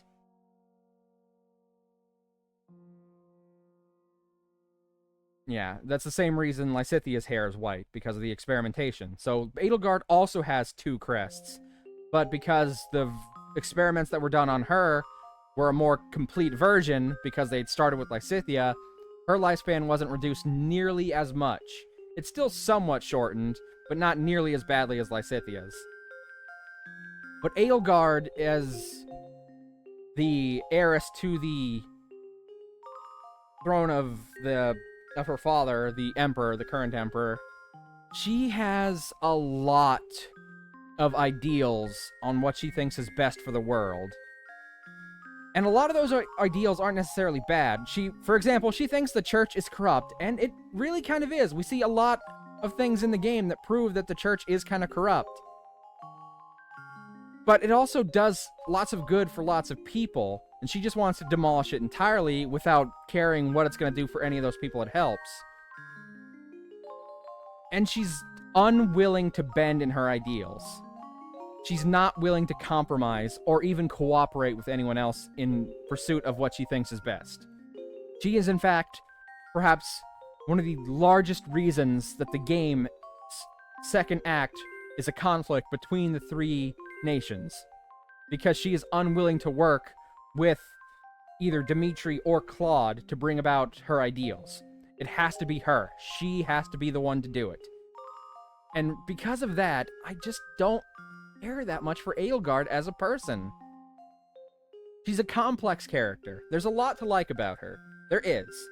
She's not necessarily a bad person. She's just unwilling to... She's unwilling to bend in her pursuit of her ideals.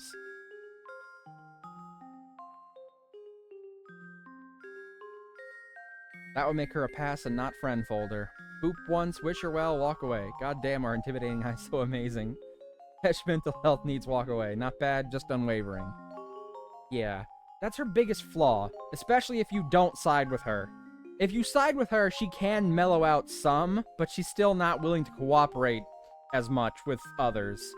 But if you do not side with her house, she kind of goes unchecked. And in the first act, she is working with the bad guys. Those who slither in the dark, they're the main bad guys, and she is technically working with them to accomplish her goals. She plans on using them and then betraying them and killing them off so she can accomplish her goals, but she's still working with them.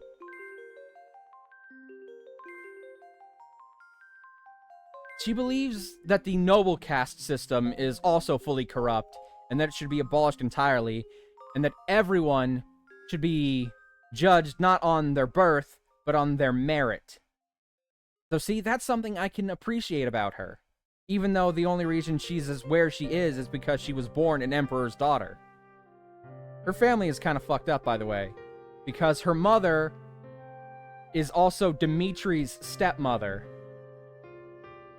So, despite the fact that Dimitri has a huge crush on Edelgard, or at least did when they were kids, they also are kind of like step-siblings, after a sense. Not saying can't appreciate some of her views. She's just too hard-edged for me. So, she gets... Well, this one's illegal. But I think Edelgard as a whole is going to get a pass from me in each of her phases, just because... If she was willing to bend, there could have been a good ending where all three houses could work together. She was the main problem for that, I think. Now, there's a lot of people who will probably disagree with me there, and that's totally fine. She's a very complex character. She's very open to interpretation. This just happens to be my interpretation. Those signs would make me weak. Hey, by the way, she is a character who can be romanced by a female player. Therefore, she is canonically bisexual. And she does have implied endings where she gets together with other female characters. So she is technically an LGTB-friendly character. Oh, are you thinking now? Are you reconsidering your options now that you know this about her? Because she's so rigid, she'd be a monarch I would not want. See, in a lot of her stories, she becomes more or less a tyrant. But if you side with her, she's definitely much easier to root for, because she's so much softer if you side with her. Being able to listen to all sides is important. Yes, and that's the thing for me. She is not willing to adhere to the ideals of other people. She thinks that hers are the best.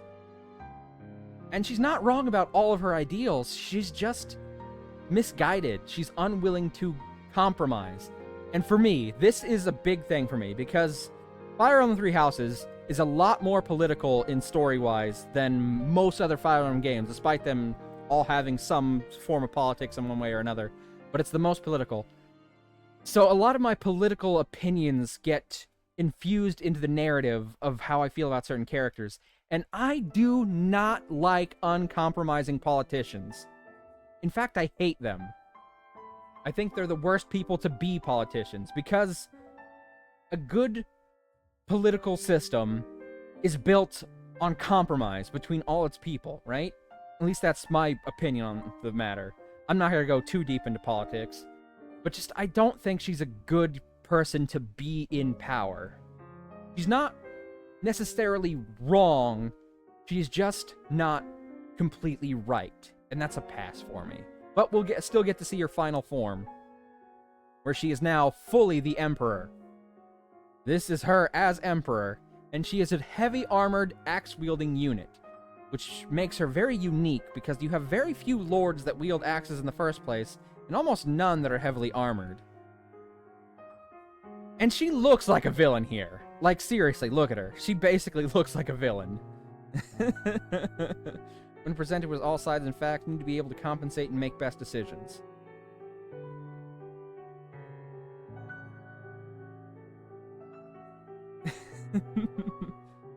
Get on my list. I have engaged. This one, Three Houses.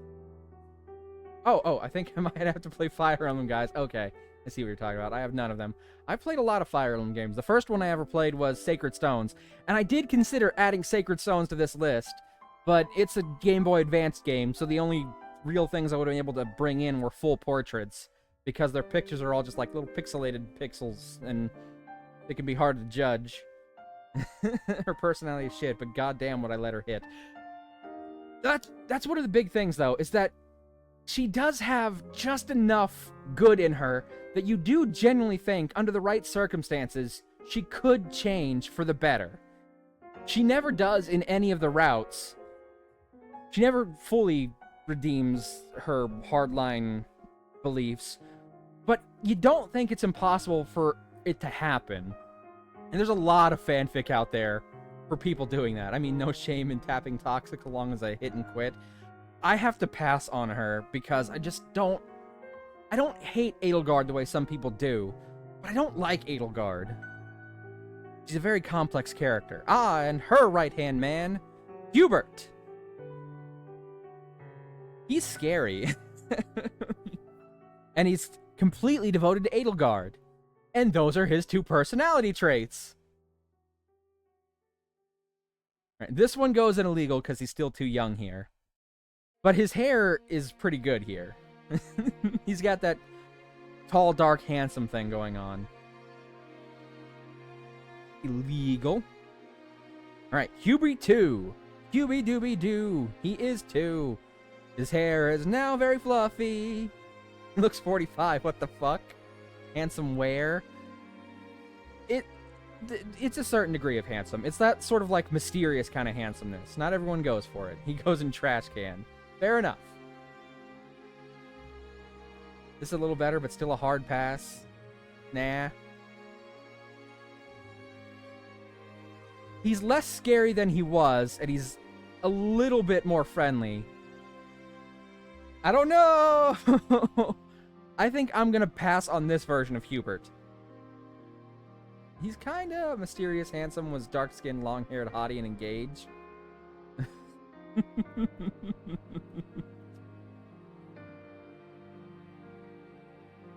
Forgot his name. Hold on. We'll check real quick. I'm gonna put him in pass. Oh. Engage. Dark skin, probably Psalm? Is that any of these characters?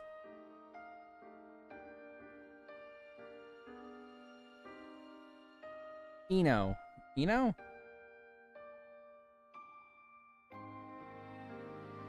Oh, wait, hold on. Smash. He had a way of saying things. Oh, okay, I know who you're talking about. You're talking about Zelkov. That's who you're talking about. He had a way of saying things that made people afraid. Yeah, he had, like... He put emphasis on weird words for some reason. Okay, we'll get to that later, though. Alright. Okay, and here's Hubie all grown up.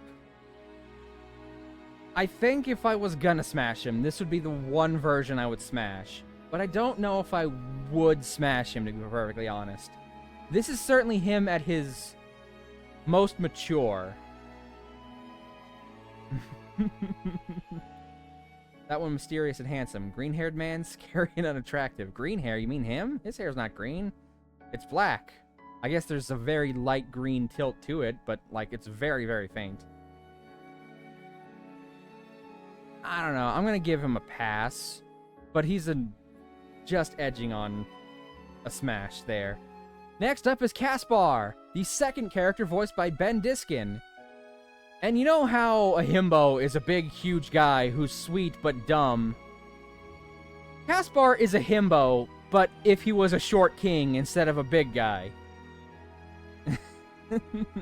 This one's hair isn't great, but trust me, it'll get better. Greenish black, but it looks like seaweed. Boop. Oh, Kitty! Hi! Thank you for the hydrate. Hold on. Thank you for the hydrate. He has cat energy. That's very fitting, because he's the one who adopts a cat with Ash, the person we declared cat in human form. In their paired ending, they, like, travel the world together with a cat.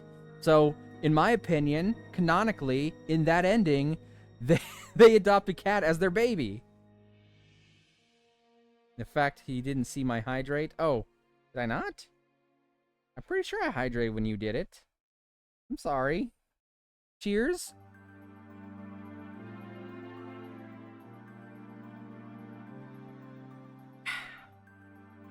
Oh shit, when Twitch had a warning? Warning for what? fine at teasing. I don't know. I don't see a warning thing. I don't see it on my end. What did it say?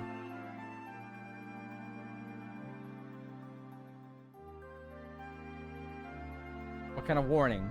We need to know before we go forward, because this could be important. Okay, this one's too young. Plus, this is his worst haircut. He goes in illegal.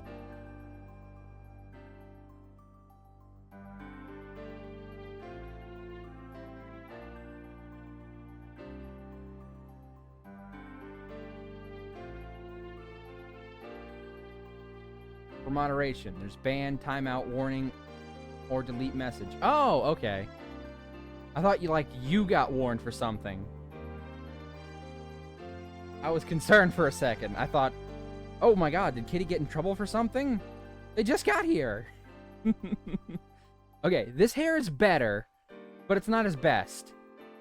Now, Caspar, he's dumb, but he's scrappy. He's really short, though. He's a himbo if a himbo was a short king. I'm just seeing it, though. Okay. Ash got timeout first time other day. Kitty got in trouble for Epis. Arva played Not My Neighbor. Oh, you got a timeout in Arva? What happened?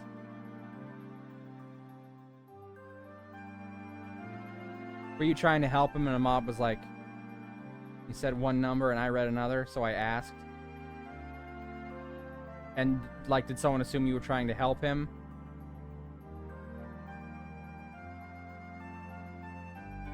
Because I thought I misread? Yes, okay.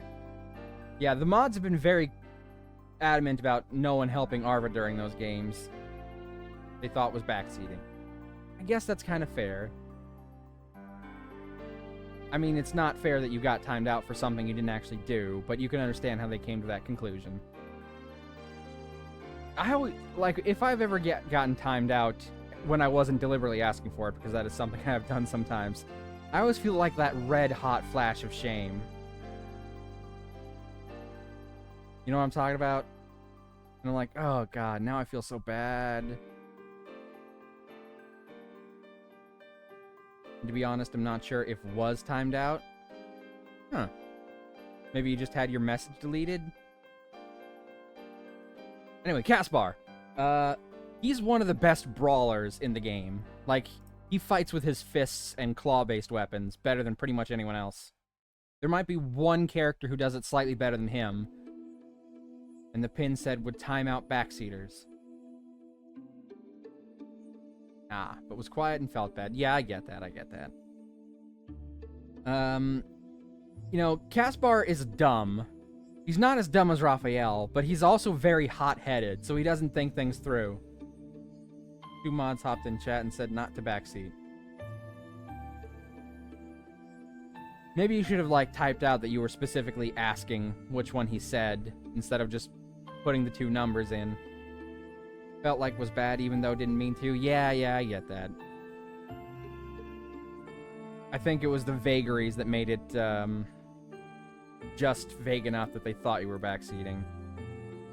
Anyway, the spiky hair is not bad. I don't think it's his best look.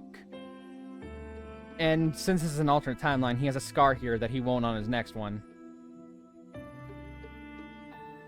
Didn't want to seem like I was making an excuse because I did understand. No, I'm not saying, like, come back and say, I wasn't trying to backseat, I was asking a question. I was like, going forward in the future, if you're going to ask a question that could be misread as backseating, try to be less vague and more very specific with your wording, is what I meant.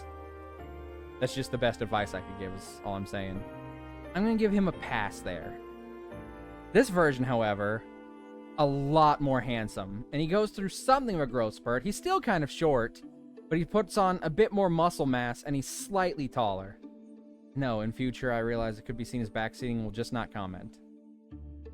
I also, for some reason, like his armor. He feels a little bit more, I don't know, filled out with this armor on. He's still definitely a short king. Wouldn't have made comment if I thought it was. No problem, no problem. I think this one's a smash. Because this is, like I said, this is the guy who essentially adopts a cat together with Ash, who I mentioned was my favorite of the Blue Lions. So, they're one of my favorite pairings. Ash and Caspar. And they balance each other out really well. Because Caspar's hot-headed, and Ash is more patient. But they both really want the right... They both want to do the right thing. They balance each other out very well. It's a smash. Alright, next is Linhard, who might be one of my favorite characters in this game, and is probably my favorite character in the Black Eagles.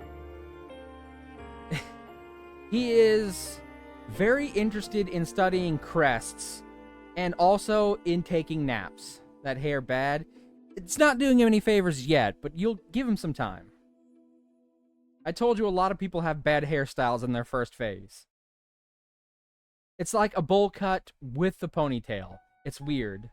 Like that singer Aurora with the jellyfish hair. I too am interested in naps. Anyway, this version of him goes in illegal. For what it's worth, though, Linhard is one of the few romanceable male characters who you can romance as a male. There's a lot more women that you can romance as a woman female. Oh my god. As a woman female.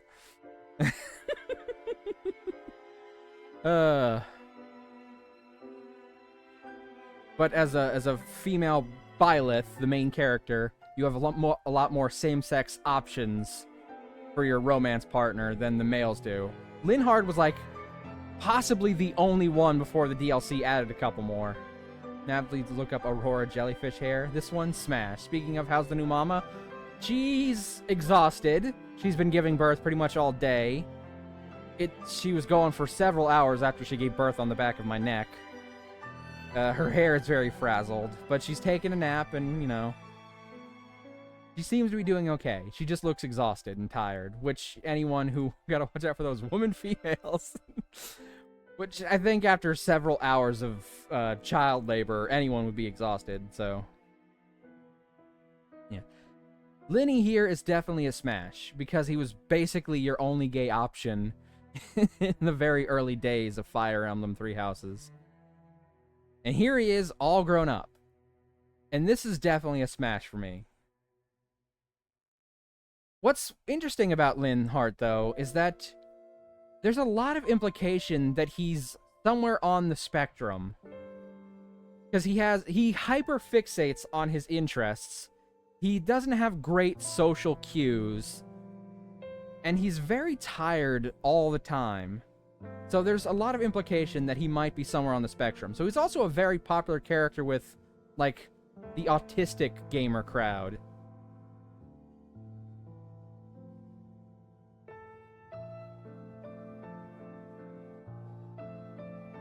Alright. Linny is a smash. Next up, Bernadetta, who has such severe agoraphobia that she never even wants to leave her room if she doesn't have to. But that agoraphobia is caused very heavily by her shitty father. It me? You're Bernadetta? Also Boop. I mean, she's obviously gonna go in the illegal folder in this first one. Because she's too young for smashing. Gotta give her some time. She can't be in Smash Brothers yet. There's too many Fire Emblem characters in Smash Brothers anyway, or at least that's what everyone else says. She's not as... Like, her hair is obviously wild, so she doesn't take great care of herself. She's very neurotic, she's nervous, she's panicky, and she's agoraphobic. But she also likes to knit and sew. And crochet. She likes to crochet. Basically, anything to do with needles and making stuff. And oh my god, this hair, I don't know what was going on when they designed this hair. I guess she's an archer, so they wanted to keep her bangs out of her eyes. But could they have just not, like, given her a hairstyle that didn't require her to hang her hair up like that?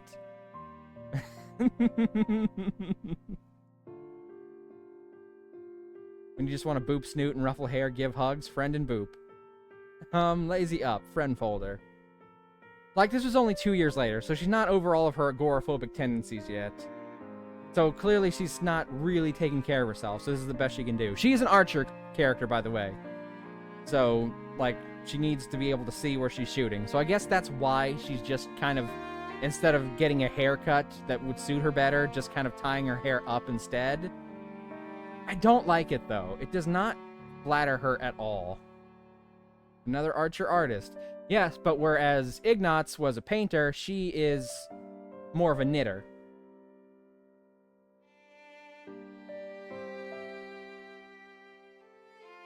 Alright, I'm gonna pass. It's a pass. Okay, now her in a 5-year time skip. See? Much better hair. Much better hair. But see in anime and manga often. Yeah, but I think it's a sign that she's not really taking proper care of herself. Look up Aurora jellyfish hair now. Fine, fine, I'll do it.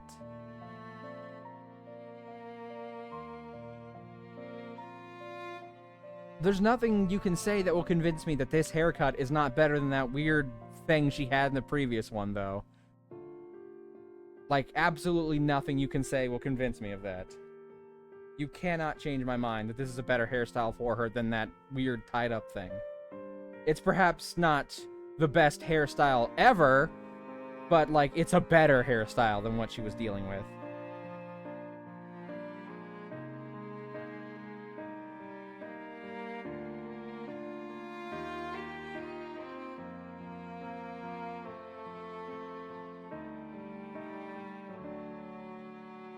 Alright, give me a second. My computer's doing a lot of stuff, so it's running a little slow. Okay, yeah, this is not a great hairstyle. I feel like I've seen this hairstyle in a lot of stuff recently, though. And it does kind of look like this, but Bernadetta's isn't as, like, boxy, I would say. Like, it's not as bowlish.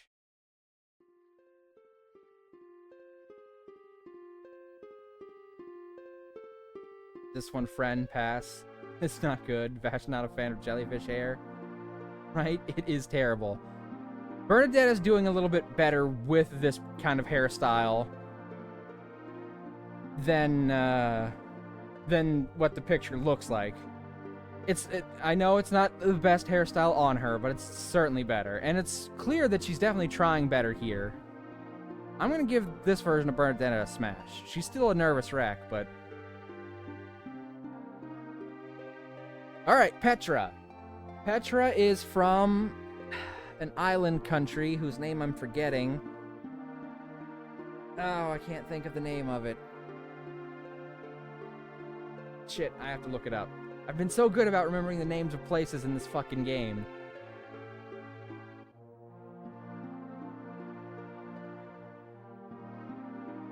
She's like the princess of a vassal country to the Empire.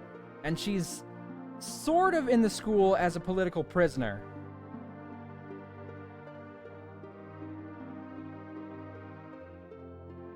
I have to look up what her country is called, though. One of her main gimmicks is that she's, you know, a foreigner. Which, when I talked about Gregor in the last stream, I mentioned that I find that whole thing to get old very fast. But Petra's that's not her only thing. She has an accent, but she has a lot more to her character than just being a foreigner. She's just dealing with learning a second language that she didn't think she'd ever have to learn because, again, she's sort of being held political prisoner. Brigid! Okay, that's the name of her country, is Brigid. It's an island country called Brigid. And it's a vassal state of the Adrestian Empire. Yes, it's still gonna go in illegal. I like her big braid, though. But there's a thing that I think about when I see it in her evolution as it goes on. She's sort of wearing all these mini braids and this big braid as a way of fitting into a country. Brigid? Okay, yeah, because it sounds like frigid. It's not. It's actually very warm there. I guess it's sort of like their version of Hawaii. I don't know. She doesn't sound Hawaiian with her accent, but, like, it's supposed to be very hot there. But, like, she's trying to fit into a country that she's not exactly a guest in. So I like this hairstyle, but it kind of represents her being something of a prisoner. Illegal. Because you can see, after 2 years and she's out of the academy and she gets to wear her own natural Bridget style, she still has braids, but she's a lot more decorative about it. It's much less one big, very neat braid, and now it's a bunch of smaller braids. And, you know, her father was murdered in a coup. Caspar's dad actually killed her, by the way. And he's very upset about that, because he wants to be Bridget's friend, but he feels guilty that his father killed her father. So he's worried that she would hate him as a result. And at first, she just wants to be his friend too, but she admits later on that she does kind of have some hard feelings, but she wants to be his friend too. And they, like, work it out. And see, that's really good, because Petra is a person who just happens to have an accent. And after the time skips, her accent isn't quite as thick as it is in the first phase, so it's clear that she's adapting and learning. So they lessen it after she spends more time talking to people in this language. So even though I've expressed that a character whose whole thing is that they are foreign, in quotation marks, can get annoying after a while, because the gag is only that they are, in fact, foreign, again, quotation marks. She's a character who is foreign, but she's also a full person regardless. It's a smash. I like the hairnet thing. Alright. She also makes one of the best dragon riders, by the way. And she has a very good critical hit rate. Not perhaps as good as Ignat's, but she can critical hit pretty frequently. And see, she's let her hair completely down here, except for those little 3 braids. But there's no, like, anywhere braids left, which is sort of meant to symbolize how she's now completely free of her attachment to the Adrestian Empire. So even though I did like the braids, I respect what this hairstyle is trying to symbolize for her. It's definitely a smash. Alright, next is Ferdinand von Eyre. This one's obviously going to go in illegal. He is similar to Lawrence in that he has very specific ideals as to what a noble is, but he's not nearly as bad as Lawrence about it. He really loves tea, and he wants to be the best noble he can be. The problem is, his dad is probably the worst noble there could possibly be, so he doesn't have the best role model to base himself on. He also holds himself to a very high standard, and thinks that he has to be the best to be worth anything. And unfortunately for him, Edelgard is better than him at just about everything. So he kind of challenges her a lot and ends up losing a lot. He gets over it later, but at this phase, he's still kind of trying to prove himself. Anyway, this one goes in illegal. I talk about Ferdinand, it's hard to talk about him as a character after, you know, I don't know if anyone else is aware of this, but his voice actor died very young, basically after the release of this game, where he was in this outfit. So we'll never get to hear him voice Ferdinand again. So it's hard for me to critique Ferdinand when I know the guy behind it is no longer with us. I know that probably shouldn't affect my ratings here. I've been talking about voice actors, but I haven't been really letting it affect my judgment. But this is one of the harder ones to do, because there was an actual guy behind that, and now he's not with us anymore. And, like, he had a fiancée who was also a voice actress, and she was devastated when he passed. And she's, I think, I could be wrong, let me double check to make sure before I make an ass out of myself. I think she's the voice of Luna in Hell of a Boss. I could be wrong. Let me make absolutely sure. I'm pretty sure she is also a voice actress. I think she might be Luna from Hell of a Boss. Because she wasn't able to record for the longest time out of grief, and so a lot of Luna episodes were, or rather episodes with Luna, didn't have her speaking for a while. I think I'm remembering that correctly, but I'm going to absolutely make sure I double check.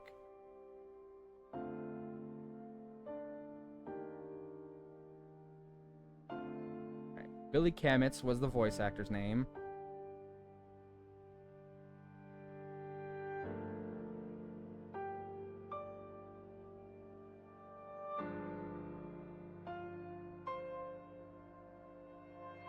Yeah, he died of colon cancer, stage 4 colon cancer, in February 2022. He was only 35, and that's still very young. Like, I know when you're young, that probably seems old, but that's like only 4 years older than I currently am.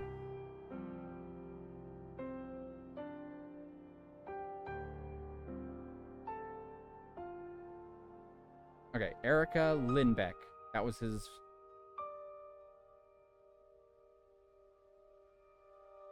Doesn't mention Luna on here so far. I feel like that would have been top of the list if she had been in Hell of a Boss, so I could have been wrong about that.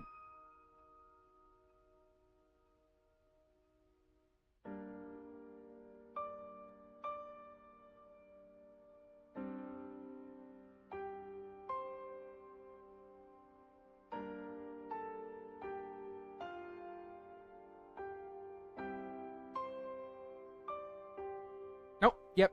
Hell of a Boss, Luna. So she is in fact Luna in Hell of a Boss. So I was right. I want to make sure I got, that's sad. Vash almost 33 is close, very sad. Yeah, that's so very young, you know? And this music isn't helping. This is very depressing. So yeah. He was, I don't know if they were, I didn't remember reading if they were engaged or if they were actually married, but he was romantically involved with the lady who voices Luna from Hell of a Boss, and because he died, she wasn't able to record several episodes, so there was a huge impact on lots of other stuff because of this character. Like, this was the last role he ever did, I think. It gets a smash just for that, but this one gets a smash because, my god, look at that glow up. If he had a beard and a slightly more crooked nose, this could literally be me. I have a slightly more crooked shaped nose, but he is very handsome. So I think this one's a smash. Just look at him.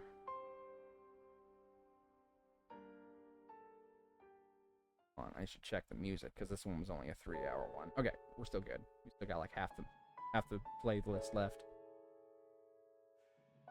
And he's a very nice guy in this one. Like, he gets over his issues a lot faster than Lawrence does. All right, next up, Dorothea. That hair amazing.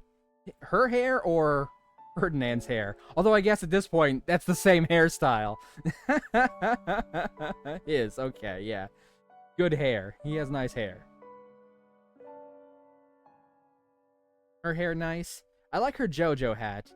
And I think she's actually 18. I could be wrong. I'm gonna err on the side of caution and put her in pass just in case. But Dorothea is a songstress. She worked in a theater. She's a commoner, and she got accepted into the Knights Academy on basically being famous. She look a teen? Yeah, I'm gonna err on the side of caution. I think she's technically an adult.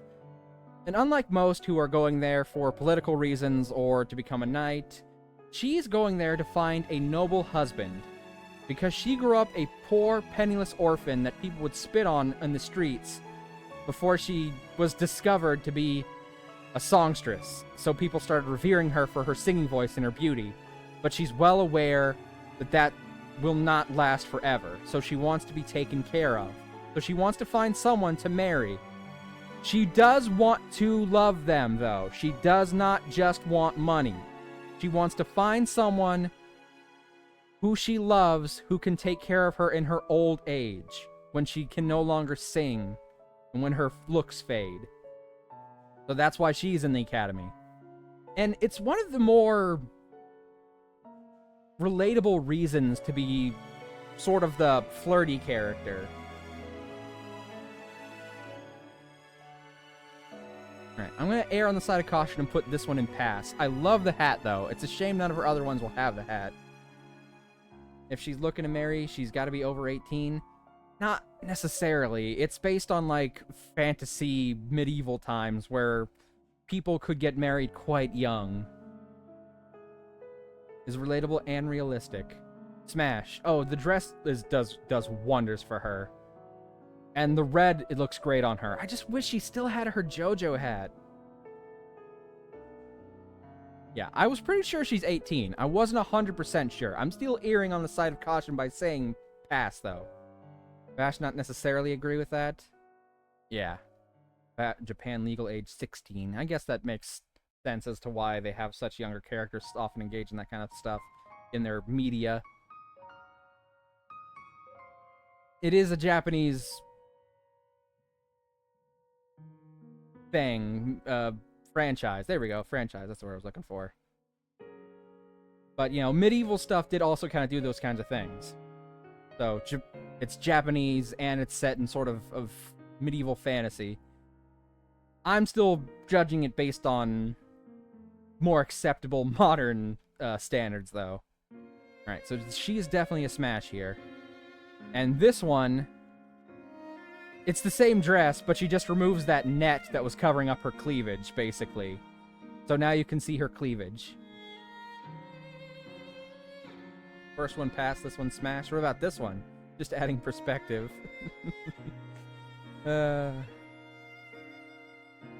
It's still a very nice dress, but her cleavage is much more on display here.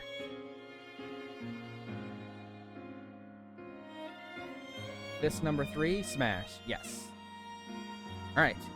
Finally, for the Black Eagle's house is Yuritsa, who does not, in fact, have multiple different looks, despite being younger than a lot of the students. Because Mercedes is actually his older sister. But he only ever looks like this, so he only has the one thing to judge. Younger? Yeah, he's younger than Mercedes when she starts. How old here? Technically, this is his look through the entire thing. So, in the first half of the game, he's younger than 21 at least. But in the second half of the game, he's got to be... he's definitely older than 21 by that point. He just never looks any different. So we're going to base this on the merit that this is the second half, because that's the part where he joins you anyway. Because you can't get him as a playable character in the first half, regardless. So he's only playable in the second half during the time skip. So he's definitely of age here. He's definitely old enough to be smashed. He just doesn't look any different. The only real difference is that in the pre-time skip, when he's hiding his identity, he's wearing a mask. And here he's taking the mask off. Oh good, then smash. Okay, so when I said that Mercedes is his older sister, she's his stepsister. His father was the one that married Mercedes' mother to get her crest into his family. And his father was the one planning on marrying Mercedes to get more crest-bearing children. And Yuritsa here, that wasn't his name back then. I can't remember what it was. He was not cool with that idea of his father forcibly marrying his older sister. Realistically, even if wasn't married, anything younger than 28 too young for me? That's fair, I think. What's that rule they did in that one episode of Parks and Rec? Half your age plus 7? Anime men, though, if 20 and up, we'll lick. If they good and are cute. Totally acceptable. He's got to be at least 25 here, at the very least, I think. Or at least, not at the least, at the most. Because if he's younger than Mercedes, then the oldest he could be pre-time skip is 20. So, he cannot be any older than 25. So that's as old as he could possibly be here. Not at the least, at the most. I got that wrong. It was backwards. So anyway, Yuritsa decided that because his father was a douchebag and basically a scum pile, he was going to murder him. He snapped and he murdered his father to protect his sister and his stepmother from him. At least what you see is what you get with their mindset. Yeah, they're fully matured. I understand that. I would not call him fully mature. He's got patricide justified here. Yeah, but that also kind of left him with serious mental scars and serious issues. He has an alternate personality. Well, it may not necessarily be an alternate personality, but if you go any route besides the Black Eagles, he's basically stuck as the Death Knight, who you fight early on in the game, and who's very hard, but Lysithea can wipe the floor with him.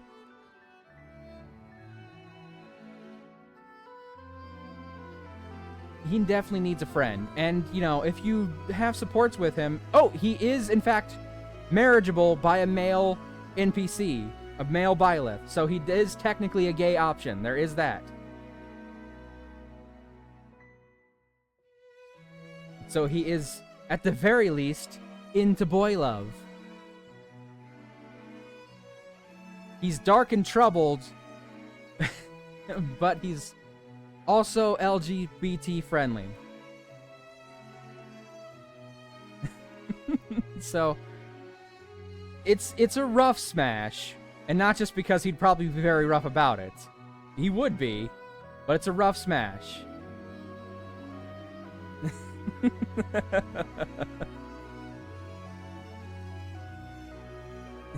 LGBT friendly, be LGBT ensconced. Yeah, see, that's the thing.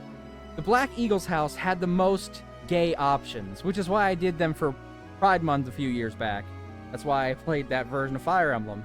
And I started during Pride Month, and then I did Fire Emblem Engage, and I ended it during Pride Month, which I didn't do on purpose. I didn't know I was going to end it during Pride Month, but now that Fire Emblem has just become synonymous with me for Pride Month, I guess I'll just do something Fire Emblem related Pride Month from now on. Okay. Okay, next is the Ashen Wolves, and then we're going to do the Academy Church, and then we'll do the characters that are only playable in 3 Hopes. I should probably do Academy Church before Ashen Wolves, but they're like the last house, sort of, and there's only like 4 people in it, so...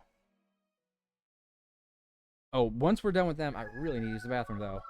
Imagine the... What the hell? Pithackle?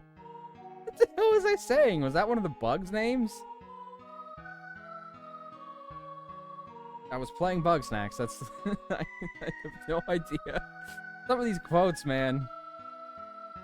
Beanackle? I don't know.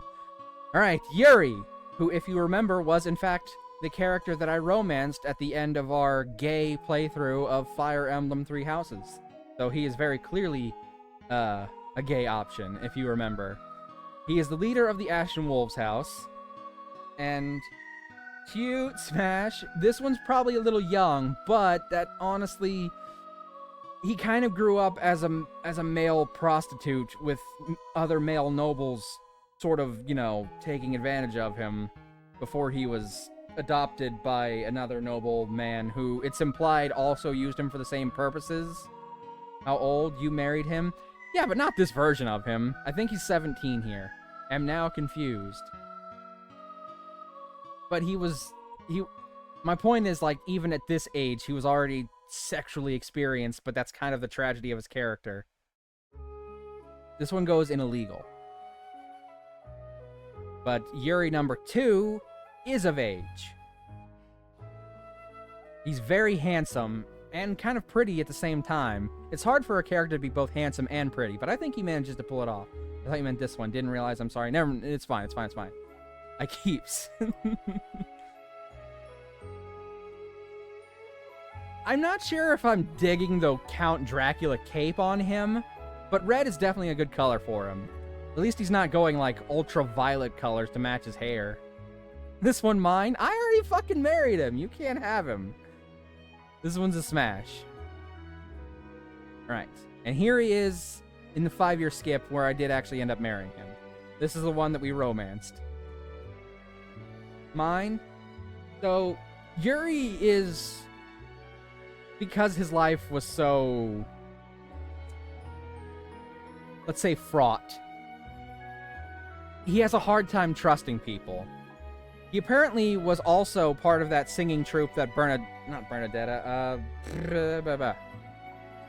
Dorothea was in. So he knows how to sing and act. And he's also even more mischievous than even Claude is.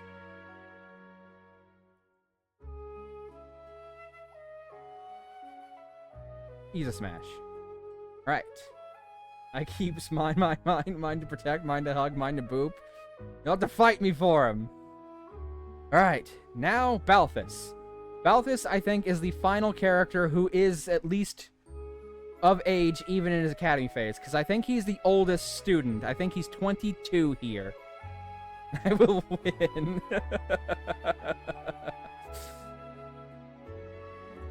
This one a smash? Yeah, I think this one's a smash. I think this is his best look, to be honest. Because this white coat does him a lot of favors. Because white looks pretty good on him. Plus, he gets to bare his chest here. And this is a decent hairstyle, too. It's a smash. See, I don't like... He goes from, like, that white coat to sort of beiges and yellows, and it's just not as good for me. I like the white on him. He's still baring his chest, but I don't think this color is as flattering for him. Plus, he's got sideburns, and I've already discussed that I don't particularly care for sideburns. Okay, right here, right now, Map and Vash mostly share a type in these. Right, this version of him, though, tell me this does not look like fucking Solid Snake from Metal Gear Solid. Look at him right now and tell me that's not fucking Solid Snake.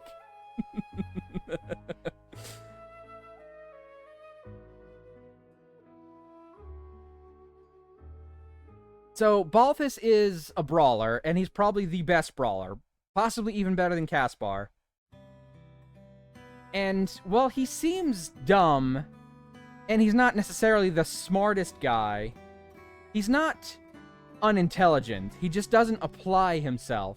Because he actually has a secret strength in reason, which is the magic stat of the game. Which is defined as being, like, scholarly. So he could be smart if he tried more, but he doesn't put in a lot of effort. And his whole story is that he was essentially chased out of his noble family after his younger brother was born because his stepmother didn't want to risk Balthus, who was her new husband's son from his first wife. She didn't want Balthus to ruin her son's chances of inheriting the noble house. And Balthus loves his little brother, so he left willingly, so his little brother would have a better chance at a good future. But he was essentially driven out by his stepmother. Or maybe Smash, but he not a keeper. Yeah, he loves his little brother so much that he's perfectly willing to leave their family. Just so his little brother has a better future. But the thing is, he would have happily stepped down. He didn't have to be driven out, but his stepmother just hates him for being a potential obstacle to her son. Thankfully, he's got a good relationship with his brother, but not so much with his stepmom. But he's a smash. I just don't like the color. If these outfits were white, maybe... Like, this is very form-fitting. Like, I like the look of this outfit on him. It's a nice cut. And he's, again, one of the few male characters who can pull off cleavage. I just don't like this color for him. If it were white, like his first coat, that would be great. I think that would be a great color on him. I'm not fond of this weird olive beige color. But doesn't matter when doing a smash? Yeah. It's a smash. I just don't like his outfit. I like his first outfit best. Alright, next up, Happy, who, isn't. She's got to have very strong control over her emotions because she has an unfortunate curse. This one's gonna go to legal because she's too young, by the way. She's got like a curse with her particular crest where if she sighs, it will summon monsters. So she has to be fully in control of her emotions at all times. So she's often got this sort of like uninterested expression on her face. For the record, when I mentioned that Ash was talking to a girl about some spicy romance novels he read, this is the girl. This is the girl he was sharing his racy novels with. And she was into it. So she definitely likes that kind of stuff. Alright, this one goes in illegal.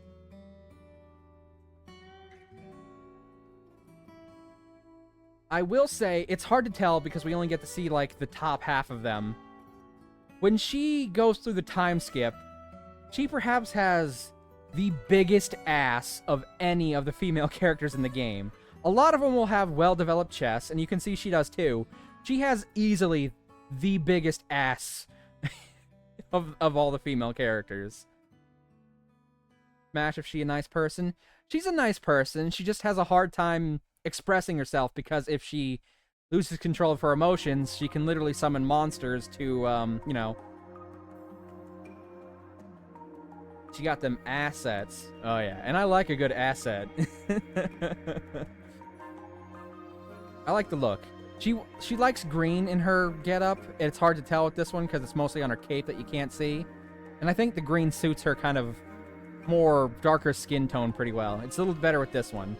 Again, you can't see it because you can't see her fucking hips here. But she has a very phenomenal ass. It's a smash. I like her outfit. She's a nice person, even if she's... In some of her endings, she does learn to control the monsters she summons, so she is able to express herself better, but she still has a hard time here. Just as long as I don't bore her during the smashing and she summons monsters that can kill me. Alright, Constance, who is the only character that has more than 3 looks because Constance has a very unique mechanic where she has different portraits for when she's inside and outside. This one goes in illegal, and it's hard to tell, but I love her hair. Look at this. This is a natural thing for her. See? You can see it here. The inside of her hair is purple. Like, on the outside it's blonde, but the inside of her hair is naturally purple. It's very cool. It's hard to see here, but you can see it on some of these parts. Good Boop, is she nice? She's not bad, but she's desperately trying to regain her family's noble status. They were... Okay, how do I put this? Her family's noble status was sort of revoked because they weren't producing enough heirs with crests. And it's because her family was very, shall I say, insular. They didn't like adding outside members to their family tree. Their family tree went straight up, no branches, shall I say, if you get my meaning.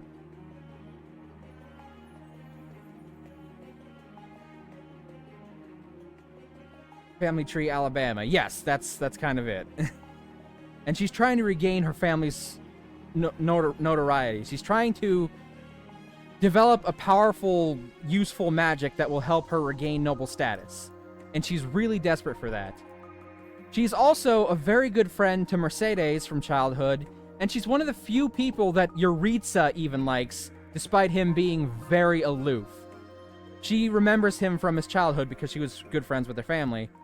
And she calls him by his name, which I cannot fucking remember. And he does not stop her. So she's even able to sort of like keep a guy who's almost seconds away from murderous rage at best in line. Maybe she has 6 toes. Her issue is with her personality, which I'll discuss when we get to it. The problem is she doesn't fully understand certain things, and some of that's because of the reasons. Like when she tried to develop a spell to make boots tastier because she takes the phrase bootlicking literally.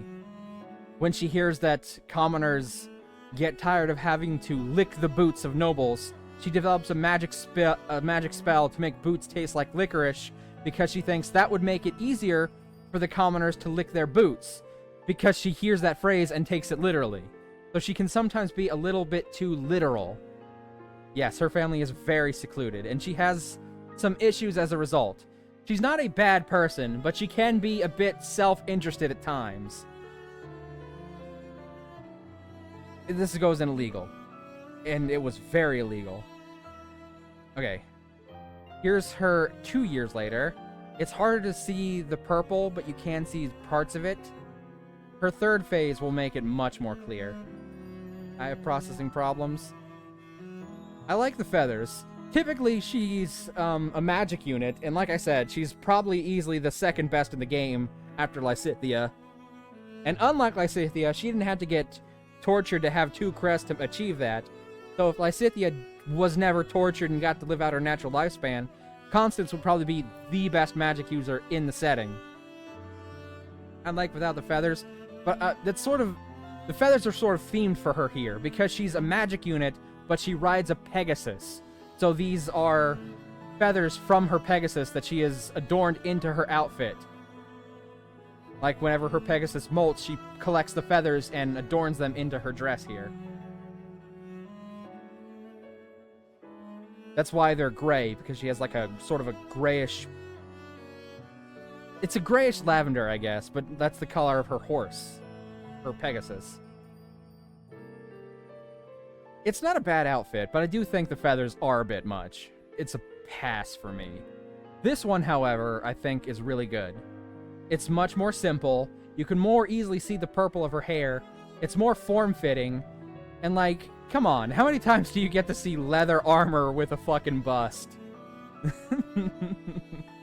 Plus, she's not wearing her scarf as a scarf. Now it's a more elegant cravat. Blonde Aerith vibes? Kind of. That's not a bad thing. It's not a bad comparison. It's not perhaps the most fitting. Last one pass, this one smash. I think I agree. I like this outfit better. It's more simplistic. Okay, now we have to go through her again, because whenever she gets out in the sun, she adopts a very different personality, where she becomes very moody and disconnected. So this is what she looks like if she is ever, in fact, out in the sun. She becomes very depressed, very moody, very gloomy. Pass. Yeah, they're probably all a pass. I just wanted to show the difference because of her unique upbringing. She literally cannot handle being in the light.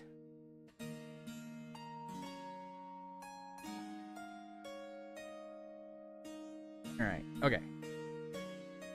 That's the end of the Ashen Wolves. I'm going to take a very short break to go pee real quick because I've been hydrated all night so far. Let me pause the music. Okay, we got like an hour left in it, so I'm gonna pause that. I'm gonna go BRB screen. The Daystar is a pass too. Damn. Pissing away hydration. Well, what else is the hydration for if not to piss away? Okay, I'm gonna be right back.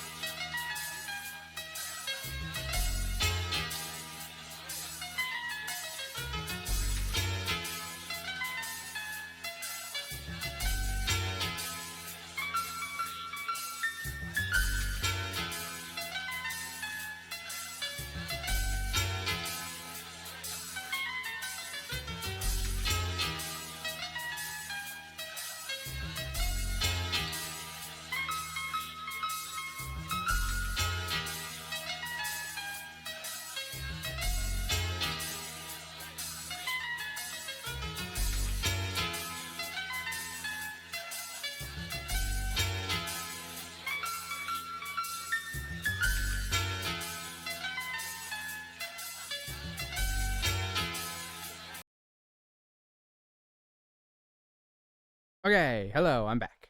Muzak. Not Muzak. Shut up. I gotta look at my hair in the mirror while I was in the bathroom, and I need to brush my hair because I took a shower after my sister's cat gave birth on me, and it was all in my hair. Uh, but I was trying to get clean quickly, and I didn't do a proper job like conditioning the hair, so it was just shampoo. And when my hair gets wet and there's not conditioner, it curls up really hard. I've got like ringlets going on right now. My hair could look like Forrest from Fire Emblem Fates if it gets any curlier. Where is he? I think we put him in Smash. If I was just looking for his name, it'd be easy, but I had to be dumb and number stuff. I don't remember what his number was.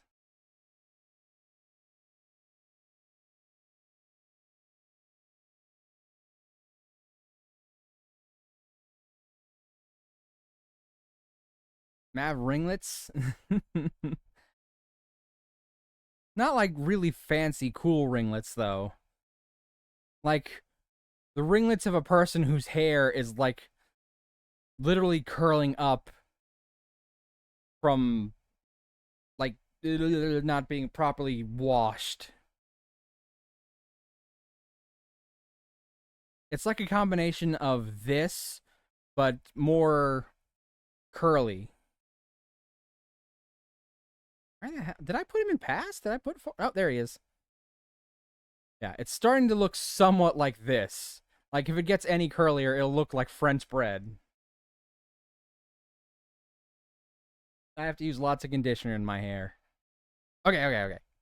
Now we're gonna do the Academy, Church of Saros, whatever. Garrig Mock Monastery, whatever you want to call it. The people who work for the school/church.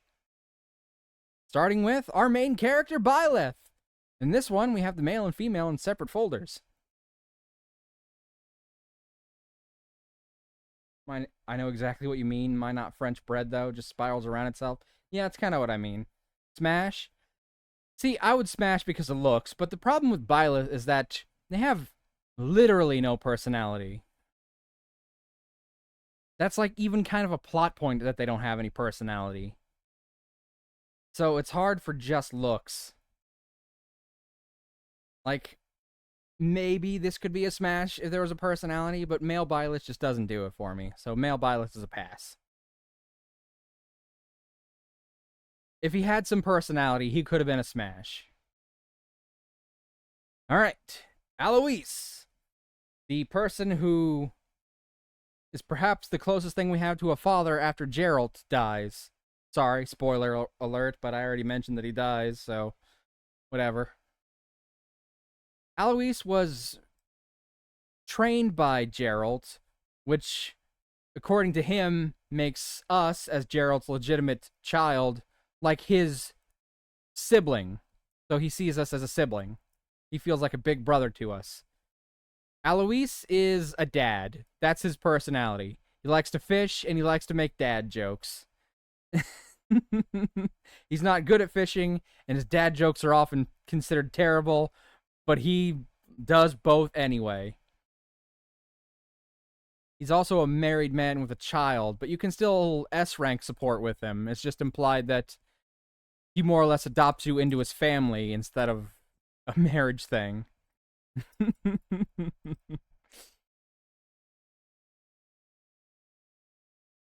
He's a handsome guy, but I don't think he does it enough for me. It's a pass. All right. Hanneman, one of the teachers. He is obsessed with crest research. And he's kind of got some... He's got like some Silver Fox kind of vibes to him, but I don't like his mustache sideburn, like tiny little goatee combo.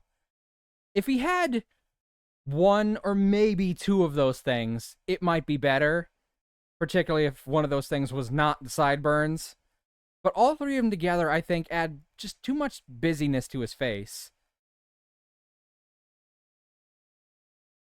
He's a pass. Next is Manuela, another one of the teachers. And as you can see, Manuela has very large thoughts in her head.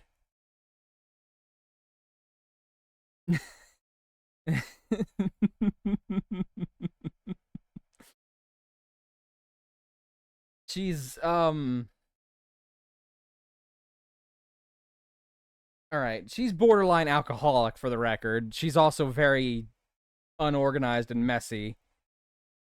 I don't know. She's very pretty, but I don't think I could date her. I think it's a smash for once and then never again, which would probably only make her issues worse because that's the exact problem she has is that she's good at attracting men but not at keeping men. She has a lot of her drinking is because of that, but the drinking doesn't help with it either because it only makes her more of a slob. I'm gonna give her a smash, but it's a hard, only one time kind of smash. Right, next is Sedith. He is essentially the second in command of the entire monastery and the right-hand man to the leader of the entire religion.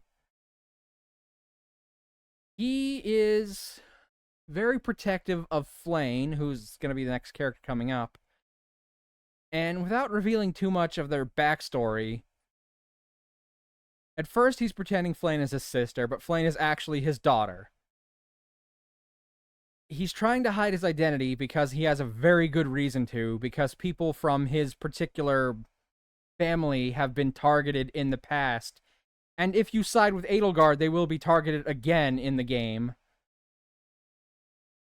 He does like children's stories, though, and he loves fish. In one of his paired endings, kids know, fair enough. In one of his paired endings, he marries one of the other characters, and they settle down and write children's novels together.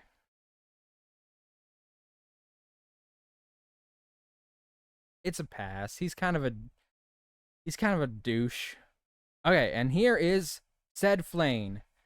Now, again, without spoiling too much of their character arc for anyone who wants to play them, Flayn is another one of those things where the character looks very young, but is in fact much, much older than she seems. She's not nearly as bad as some of the other ones we've covered, but it's still going to go in the illegal folder. Flayn is very sweet, but in combat, she is next to useless as a character. I love her. Her personality, she's so sweet, but she's not good in as a unit. She's going to go in illegal. Even though she is technically of age, she looks too young. Alright, next up, Catherine, the bodyguard to Archbishop Rhea, head of the church. Catherine, by the way, is the person who killed Ash's older stepbrother and his stepfather's son. So she is responsible for him rebelling against the church, more or less. She's probably the most fanatical devoted to Lady Rhea, aside from one other character who we will get to. She's not necessarily a bad was gonna smash to learn more about her. Yeah, she's not necessarily a bad person, but she's far too religious for me. She's very pretty and she's very badass. She's just I don't know. I don't in some of her routes she's perfectly fine, but in other of her routes she's almost assisting with genocide. Because if you play the Black Eagles, Lady Rhea becomes the main antagonist, and she essentially helps set villages on fire for her. Even though she's iffy about it, she still does it. So it's a pass. It's a pass. Shamir, on the other hand, has no such problems, because she is willing to join you even if you side against Lady Rhea. And she is very attractive. She is a smash. I don't even need to tell you anything about her. Just look at her. That is a smash. She's a master archer. She's considered a mercenary, but she's working for the church to repay a debt to Lady Rhea. But she doesn't consider that debt so important that she won't turn against her if she deems it necessary. So she's technically there to protect and to teach the students. I'm gonna remember you said that whenever you tease me for smashing based on looks. I don't think I've given you any shit for that, have I? Like, if you're gonna smash based on looks, that's fine. Have? When? Friendly teasing? Okay, that doesn't count. But, like, look, just her looks alone would be a smash, but she's also a smash because she's such a cool character.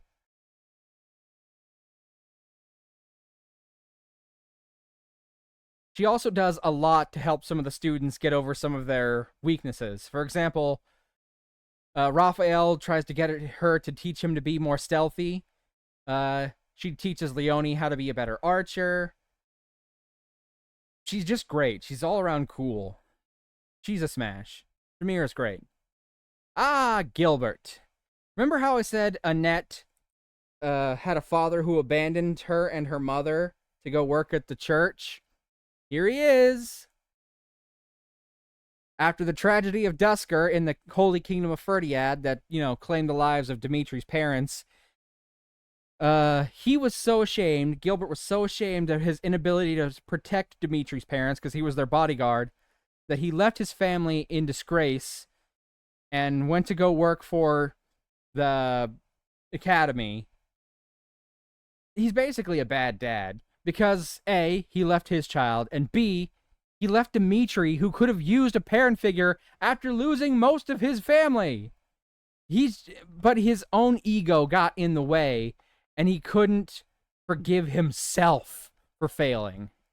Instead of being there for anyone who needed him, he felt he needed to punish himself. And that's just not attractive. He's a bad dad. He's a pass. All right, next up is literally the most annoying character in the game who can also be easily one of the best units. Cyril is here in his first phase, is literally even younger than Lysithea. So obviously this goes in illegal. And I think even his war phase is probably too young to be legal. So he doesn't get to smash either way. So to try to make up for mistakes, he ran away. Yeah, that's it. That's what he did. He ran away. There we go. I took a sip. So I get some of that hydration back that I pissed away. Cyril is also so devoted to Rhea, the Archbishop. It's literally his one defining character trait. At least Cassandra had other stuff going on. That is literally all there is to Cyril. Conscripting children, I wouldn't say he's outright been conscripted. Cyril is from Elmira, that place that Claude is also sort of descended from. And during one particular tragedy, he was left orphaned, so he was taken in by Lady Rhea. And as the way he sees it, without her, he would be dead. So he believes he owes Rhea his whole entire life. So he's devoted his complete entire life to her. She's literally the most important person in the world to him. Because he was a child when she saved him. So he thinks that, she's the best person ever, unaware that she has very serious gray areas. But he's not willing to entertain the thought that she's anything other than the best person. And he's illegal, because I'm pretty sure even in his war phase, he's still only like 17. Alright, next is Anna. As with every Anna, she is a merchant. And that's who loves money. She has a money fetish, and that's literally all there is to her character. It's a pass. Every Anna is probably a pass, except for one who's going to be illegal. Alright, one more folder left for 3 houses, and we can move on to Engage. She cute, though? Eh. But def a pass. Wait, she? Did you mean he is in Cyril? Did you mean he was cute, or did you mean somebody else was cute? Anna. Oh, right, Anna. fucking, of course. Yeah, she's cute, but she's basically just money hungry, and that's her whole defining trait. Except for the last Anna we have remaining, who's much more fleshed out, but we'll go in the illegal folder once we get there. Okay, so these are the characters that are only playable in the Fire Emblem Warriors spin-off Three Hopes. Some of them will look familiar if, you saw them in the main game. Some of them are introduced in this game. First is our main character, Shez. Here's Shez in female form. Anna engaged Defapass, jailbait. Oh, for sure. That's why she's going in illegal. However, she is also my favorite Anna, though. I like the look. I'm gonna give her a smash because she's already over 18 before the time skip, and she's over. I think she's 20 by the time skip because she's in Three Hopes, so the time skip is 2 years instead of 5. But she's already an adult, and she looks good. Plus, unlike Byleth, she has a fucking personality. So she's a smash. And Shez, male form, it's the same character, just male instead of female. And I think this one is also a smash. Now, Arvel is another character introduced in Three Hopes. He is essentially for Shez what Sothis is for Byleth. What's interesting about Arvel, though, without revealing too much of what's going on in case anyone ever decides they want to play those games, Arvel's gender is not exactly confirmed. So Arvel might be the first canonical non-binary character in Fire Emblem. Because Arvel is playable if you beat the game enough times, but they will have a job class specific to a gender, depending on what gender your main character is. So technically, I think that makes Arvel gender fluid at the very least.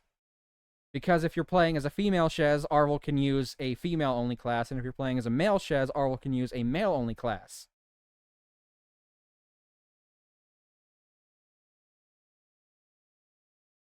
And I can't get too much into his story without massive spoilers, but he's very sweet and friendly. He's a smash. Alright, next up is perhaps the most problematic character, Sothis. Another one of these. As you can see, this product has not gone away as of yet. And there'll still be at least one in Engage. Sothis is technically an immortal dragon. So I guess a Manakete, but they never call it that in the Fodlan setting, so I don't know if that's the same thing. She is a dragon. She is considered the god of the church, even though she would not have been cool with that. She's dead by the time the game starts, so it's implied that the ghost of her that you meet is not what her real body should look like, because her daughter Rhea is desperately trying to fucking revive her. Non-binary smash, this one passed. Yeah, this one's gonna go in illegal. It's implied that she only looks young because she's inhabiting your character's body, who is young. And that if she were her actual age, she would look much older, because she had several children, and that's part of her backstory, because the one who survived the fucking butchering of her entire family is desperately trying to revive her. But with her looks, she's going to go in illegal. I don't care how old she actually is. It's how old she looks. Alright, next up, a surprisingly popular character, the Gatekeeper. He was so popular, they made him playable in Fire Emblem Three Hopes. He's the guy who, when you walk up to him at the beginning of every chapter, helmet head. Well, his picture is basically just generic soldier picture. But this is the guy who in every chapter will say, "Evening, Professor, nothing to report," and then we'll report on something anyway. And people fucking love him. And I love him too. He's a great character. I wish they'd given him, like, a better look for this. But he's so popular. I'm going to give him a smash just because I love the Gatekeeper. Right, next up is Geralt, Byleth's father. And he's considered the oldest and also strongest man in the world.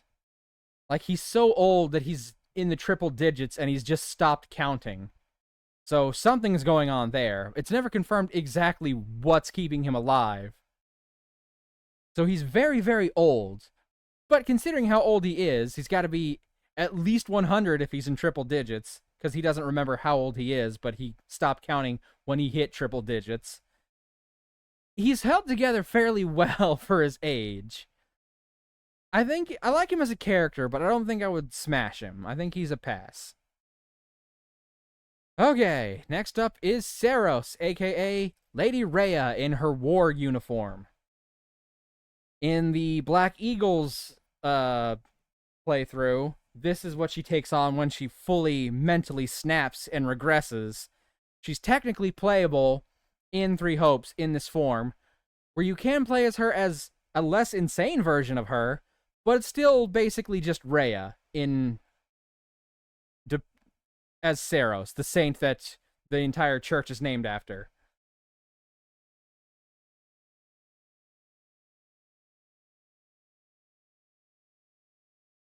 Then Smash for real. On that, she no more.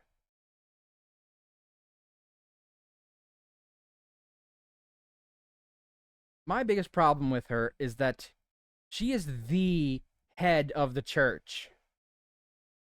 And while she knows the church is set up on a lie, because she's the one who set up that lie, she's still profligating the lie of the church for her own ambitions and ends. Do a romp, then do a destroy. You mean have murder sex? I don't know if that's something I would want to do. I'm gonna have to give her a pass. All right. Hey, remember when I talked about how in the spinoff Felix actually takes over for his father? Well, when he does, Felix's father becomes a playable character. Meet Felix's dad, Rodrigue. Smash, then smash. That's clever. I couldn't even do that, though. Not murder sex. Sex, then murder. Fair enough. Either way, it's not happening. All right. So you can see where Felix gets his looks from. He definitely looks a lot like his dad. His dad has slightly sharper features, but Felix looks a lot like his dad. Realistically, would just pass, but Rhea hot. I suppose she's attractive, but I can't get over the fact that a lot of the problems of the setting are her fault directly. This one kind of hot. He is, in fact, a daddy. Is he good or bad? Okay, remember how I told you he sees his older son nobly sacrificing himself as a good thing, and that's his and Felix's big issue, right? So he believes very heavily in the idea of self-sacrifice as a good thing. Or at least he's trying to say that to himself to justify the death of his eldest son. I don't know if he might be in denial about it. He never seems to act like he disagrees.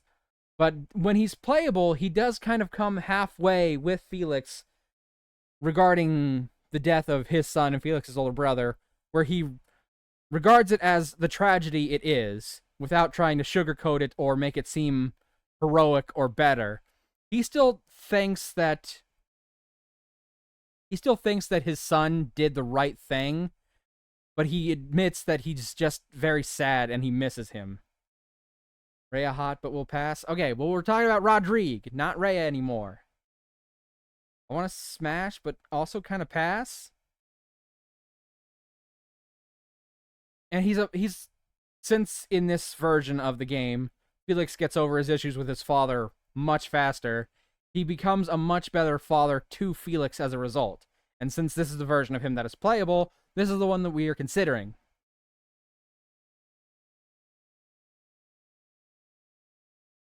Because in the game, Rodrigue sacrifices himself to save Dimitri from being killed.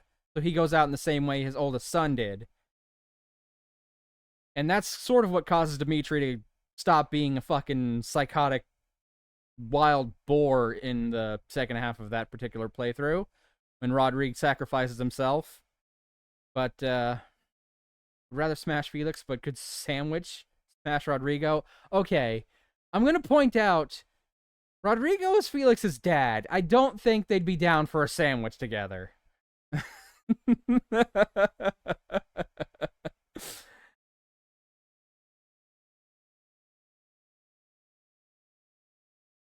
But my point is that he's also like the closest thing Dimitri has to a father left.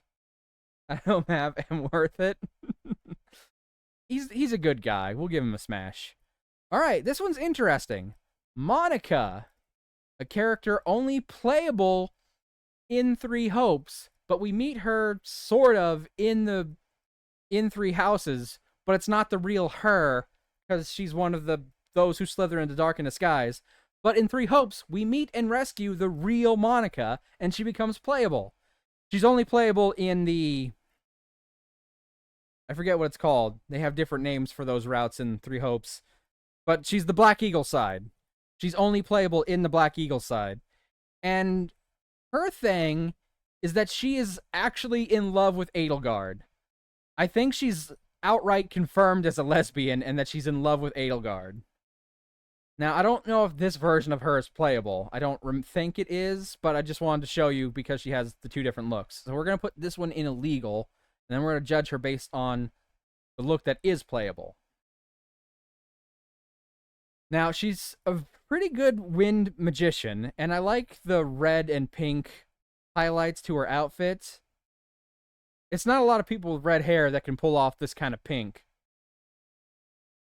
But she's basically got the one personality trait of being obsessed with Edelgard. And we've already got Hubert for that. She has poor taste in women, yeah. Well, she's in love with Edelgard because Edelgard, she thinks, is the one who saved her life from those who slither in the dark.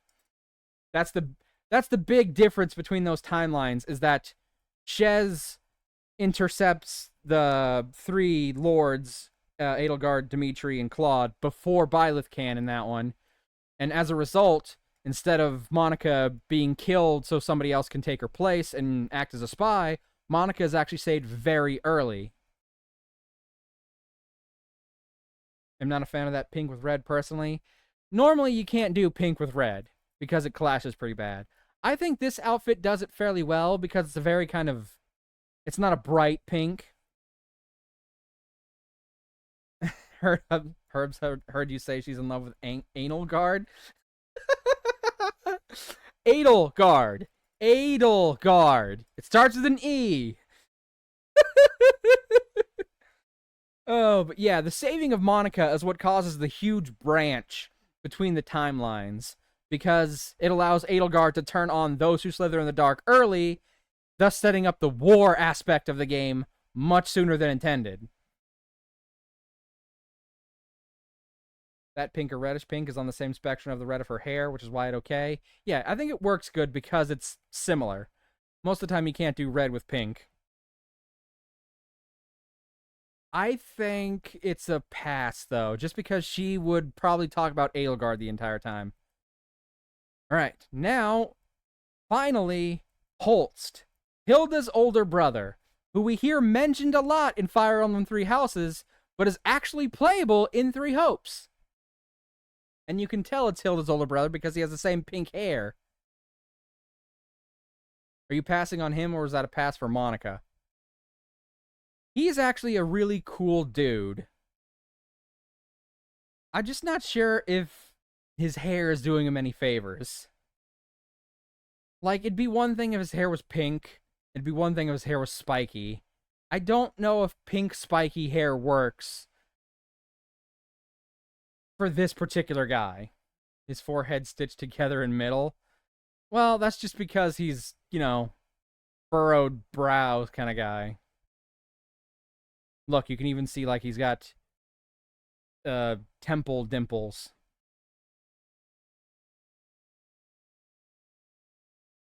Aside from Byleth's father of Geralt, he is considered the strongest man in the world. I'm going to give him a very begrudging pass, though. He's a nice guy. I just don't... His looks aren't doing it for me. Alright, now, finally, the final chapter. Engage.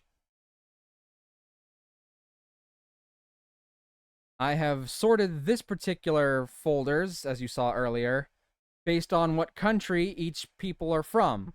Since there's 2 royals and 2 uh, retainers for each royal and a few independents for each, there should be roughly the same amount of people in each folder.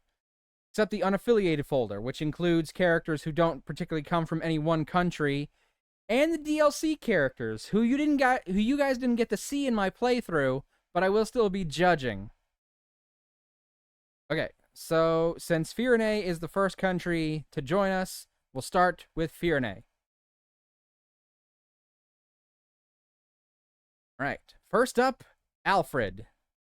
And now we go back to having vague ages, so we're going to run on the assumption that most of them are of age unless they look specifically very young. Yeah, Alfred is a smash. Also, basically every romanceable character in this game is romanceable no matter what gender you are. So, pretty much everyone in this game is out and out bisexual, if they are romanceable at all. Not everyone that you can romance is technically a straight up romance, though. But Alfred most certainly is one. He's a smash. His sister, Selene, I think it was Selene, because they pronounced like the E at the end of everything. Or is it Selene? It's something like that. It's definitely not Celine, I remember that. She's very pretty. She's got a big... Their whole thing is that everything is based on flowers, and her dress is like shaped like a flower and a teacup because she really likes tea. So I think her aesthetic combination is a win. So that's a smash. Next up is Etier.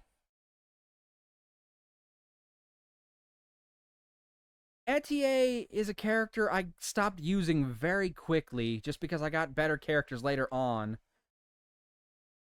So I can't judge her too much as a unit because I just didn't use her much.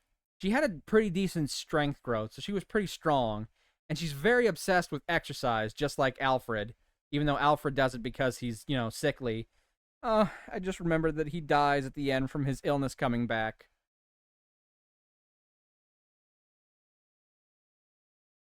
I think she's an archer, by the way. I don't know if I said that yet. You can kind of see her midsection here. It's hard to tell because her arms are in front, but she does have apparently a 6-pack. I don't know if I could smash her because she'd probably want to work out afterwards, and I don't think I would have the energy for that, so it's a pass. Next up, Boucheron, who never works out, but is already huge, and he's always getting lost.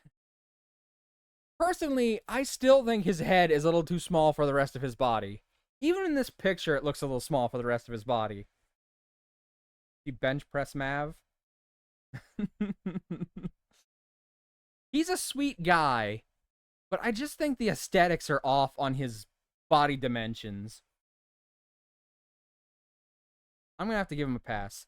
He did turn out to be a pretty good, what was it? Berserker?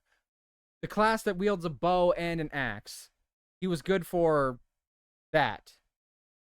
But it took me a while to get him into that, so I'm gonna give him a pass. Alright, next up is Louis. Definitely top tier character for me. If I had a top 5, Louis would be in it. He's a definite smash. He's nice, and he likes to people watch. But he gets a smash just because of how damn useful as a character he was. He's also very pretty. That helps. Now Chloe. Mavvash, same brain this time. He also tea. Yes, he also likes tea. I think everyone in Firenze kind of liked tea, though, right? Wasn't that like one of their big things, is that like everyone there liked tea? And he was one of the princess's retainers, so her and both of her retainers love tea. She's very attractive, I'm not gonna lie. She's very cute. And the sort of teal blue of her hair complements the gold aspects of her outfit pretty well. Not sure, didn't pay attention to them all. That's fair. There was a decent number of characters, and there were ones that I stopped using after a while. Like, I used them to get supports, but in, like, actual storyline battles, there were characters I just stopped using after a certain point. She was our first Pegasus Knight, so she gets serious points for that. I'm trying to remember what, like, her thing was. Oh, that's right, that's right. She liked weird foods. She liked to eat weird foods.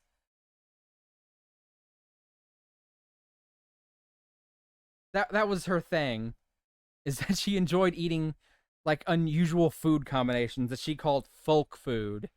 It's a smash, but I don't know if I would take her out to dinner and let her pick the place. Right, and last from Firenze is Jean, who was our village character in this one, and is the first village character in a while with the aptitude scale that is actually pretty good, because the last one was Cyril, you only get him on certain routes, but he kind of sucks, because they heavily neutered the aptitude skill. He's a baby. He goes in illegal. He's too young. But he's a good unit. He's cute. He's just too young for smashing.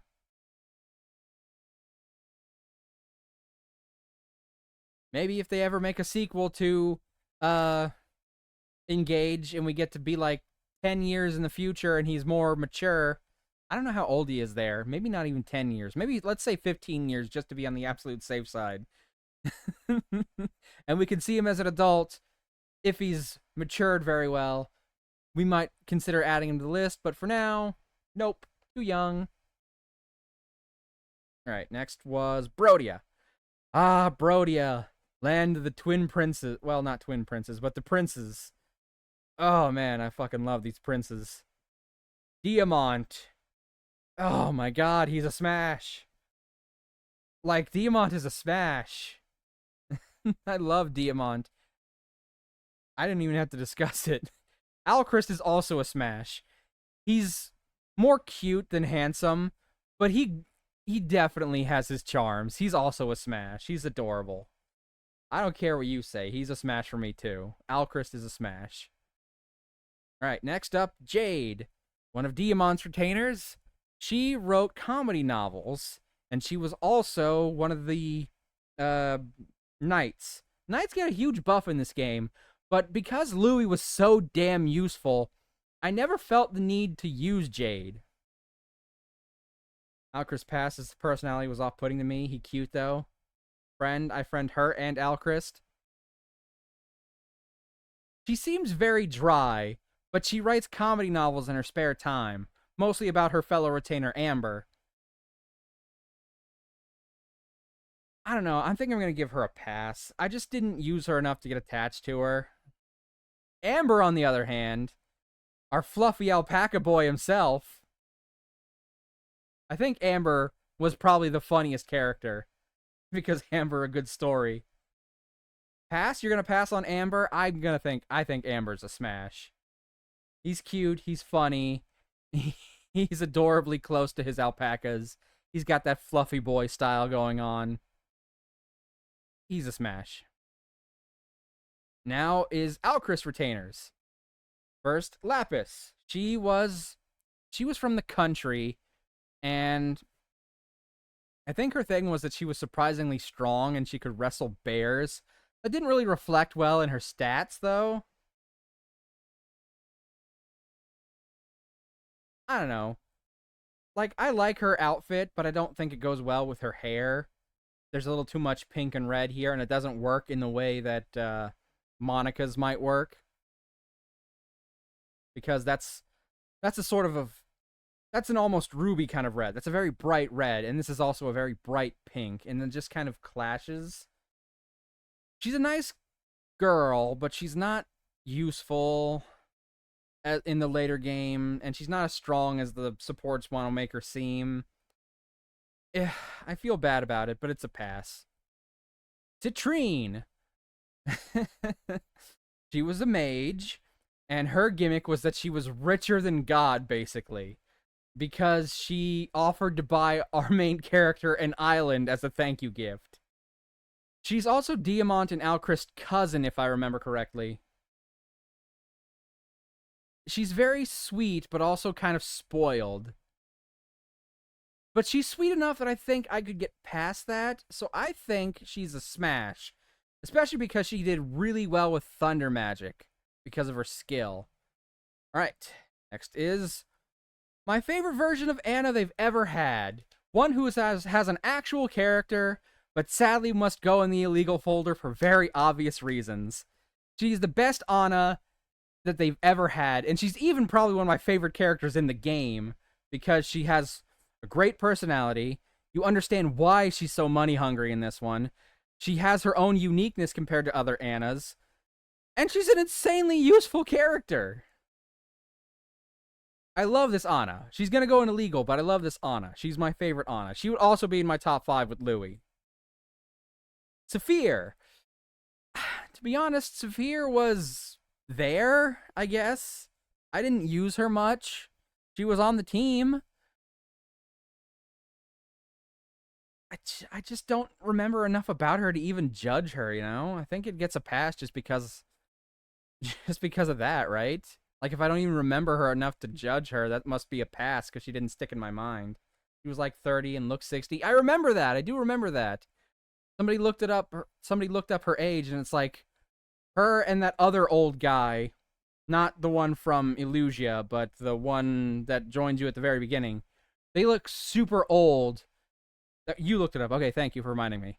But they were apparently not that old. And like, she does not look 30. I'm older than 30, and I don't look like that. Alright, next was Illusia. Home of some of the most hit or miss characters for you, if I recall. First up, eldest princess, Ivy. And I gotta say, Ivy was surprisingly more cute than I thought she would be. Like, she had a fear of ghosts that was kind of adorable. And she was actually sort of a cultural rebel because her country worshipped the fell dragon, but she worships the light dragon whose name I can't remember what it's called. Like, her country worships the dark dragon, and she worships the light dragon. I can't remember what I'm called. Friend folder. I think Ivy gets a smash from me because she's more adorable than she looks. Next up, Hortensia. You remember her? Remember Hortensia? I don't think that I'm gonna smash Hortensia. I'm gonna assume she's of age. But it's gonna be a pass. Mostly for her personality, also partly because her design is so busy. There is so much going on here. She was a useful character, but she was obnoxious, she was spoiled, and she's just... Oh my god, I could think of... You could probably make a better outfit if you literally just fished out of a dumpster behind a fucking Salvation Army. It's a pass. Next, Zelkov. Zelkov had a very unique way of speaking. He would say things and he'd put emphasis on the wrong word. But he didn't intend to do it. It just made him seem like he had deeper meaning than what he was actually saying. Give me that man. He was awesome. He was a great character. He's a smash. He's also one of the many characters who was also someone in fucking My Hero Academia. There were so many people from My Hero Academia who also voiced characters and engaged. They must have had like a similar voice director. I wish I knew for sure. But like Deku, Deku is the little green guy. We'll get to him later. Etier, who we already did, she was Earphone Jack. Zelkov there, he was Todoroki. There were so many. Louis, we love Louis. He was also in My Hero. He's oh god, what's his name? The guy with the leg motors who runs fast. I know his hero name is Genium. I'm having trouble remembering the actual character's name. The one with the glasses. Oh my god, I can't think of it, and it's driving me crazy. I'll think of it later. I'll be done in like 15 minutes after I'm streaming. Like, oh right, that was his name. After it's no longer useful to me. But yeah, there were so many My Hero Academia voice actors in this game. Okay. Next up, Kagetsu. Kagetsu was fucking awesome. Kagetsu was a great character. He's foreign, but he doesn't have necessarily an accent.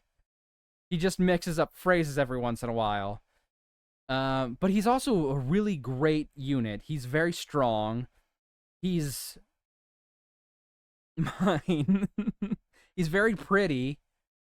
He's very loyal to the princess, and all he really wants is a friend. He's also got a sad backstory because he had to run away from his family.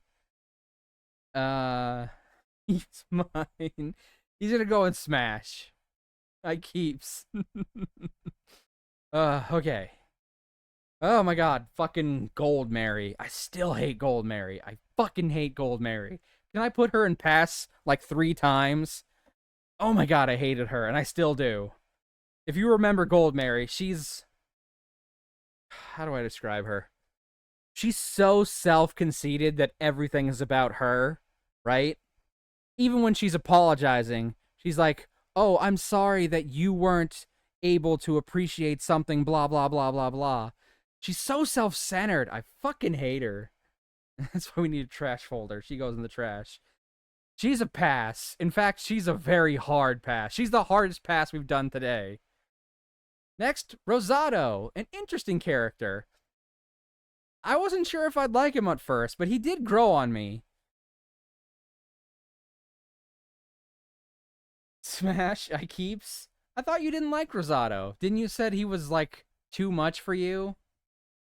I like Rosado. He's very cool, and he's like, canonically a crossdresser, and he loves pretty things. Nah, keeps? Okay. You've definitely turned around on him then, because I think I remember you saying that you didn't like him at first. Like, you thought he was pretty, but you didn't... I think maybe it was his hair you didn't like? He grew on me. Okay, that's fair. I'm gonna definitely give Rosado a pass. I remember, though, like, his romance wasn't specifically romantic. I think you don't actually marry him if you pick him as your S support. But he is a Smash. He's cute, he's funny, he's sassy, he gets a Smash. You said pass? No, I said Smash. This one a pass? Oh, this one's definitely a pass. I remember he really likes to use lightning magic to cook. And that's all I can remember about him. No, wait. I remember one other thing. His wife died. His wife is dead, and he could cook. Oh, and he did like one... I think he wrote a book that somebody else really liked, but he was like hiding that it was him. Oh, I can't remember. I'm trying to remember as much as I can about him. It's a pass, definitely. I can't even remember who it was, though.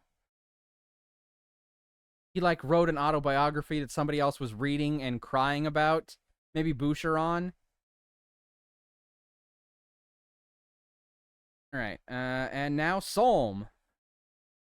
Home to some of the best characters in the game. Starting with the eldest princess, Tamira. Tamira was fun, but I felt like she didn't take anything seriously enough. She just felt like the character who's never serious. She likes balls too much. Hey, listen, we all like balls sometimes. She's just making it clear that she really likes balls, and I can appreciate that. But what I can't appreciate is that she's almost never serious. Ugh. She's also obsessed with eating meat all the time. She's the party princess is what she is. And she's a great unit, but she just never has moments of genuine connection. She's just all levity all the time. She also sang too much, I think. Oh, and she was a bad singer. She gets a pass.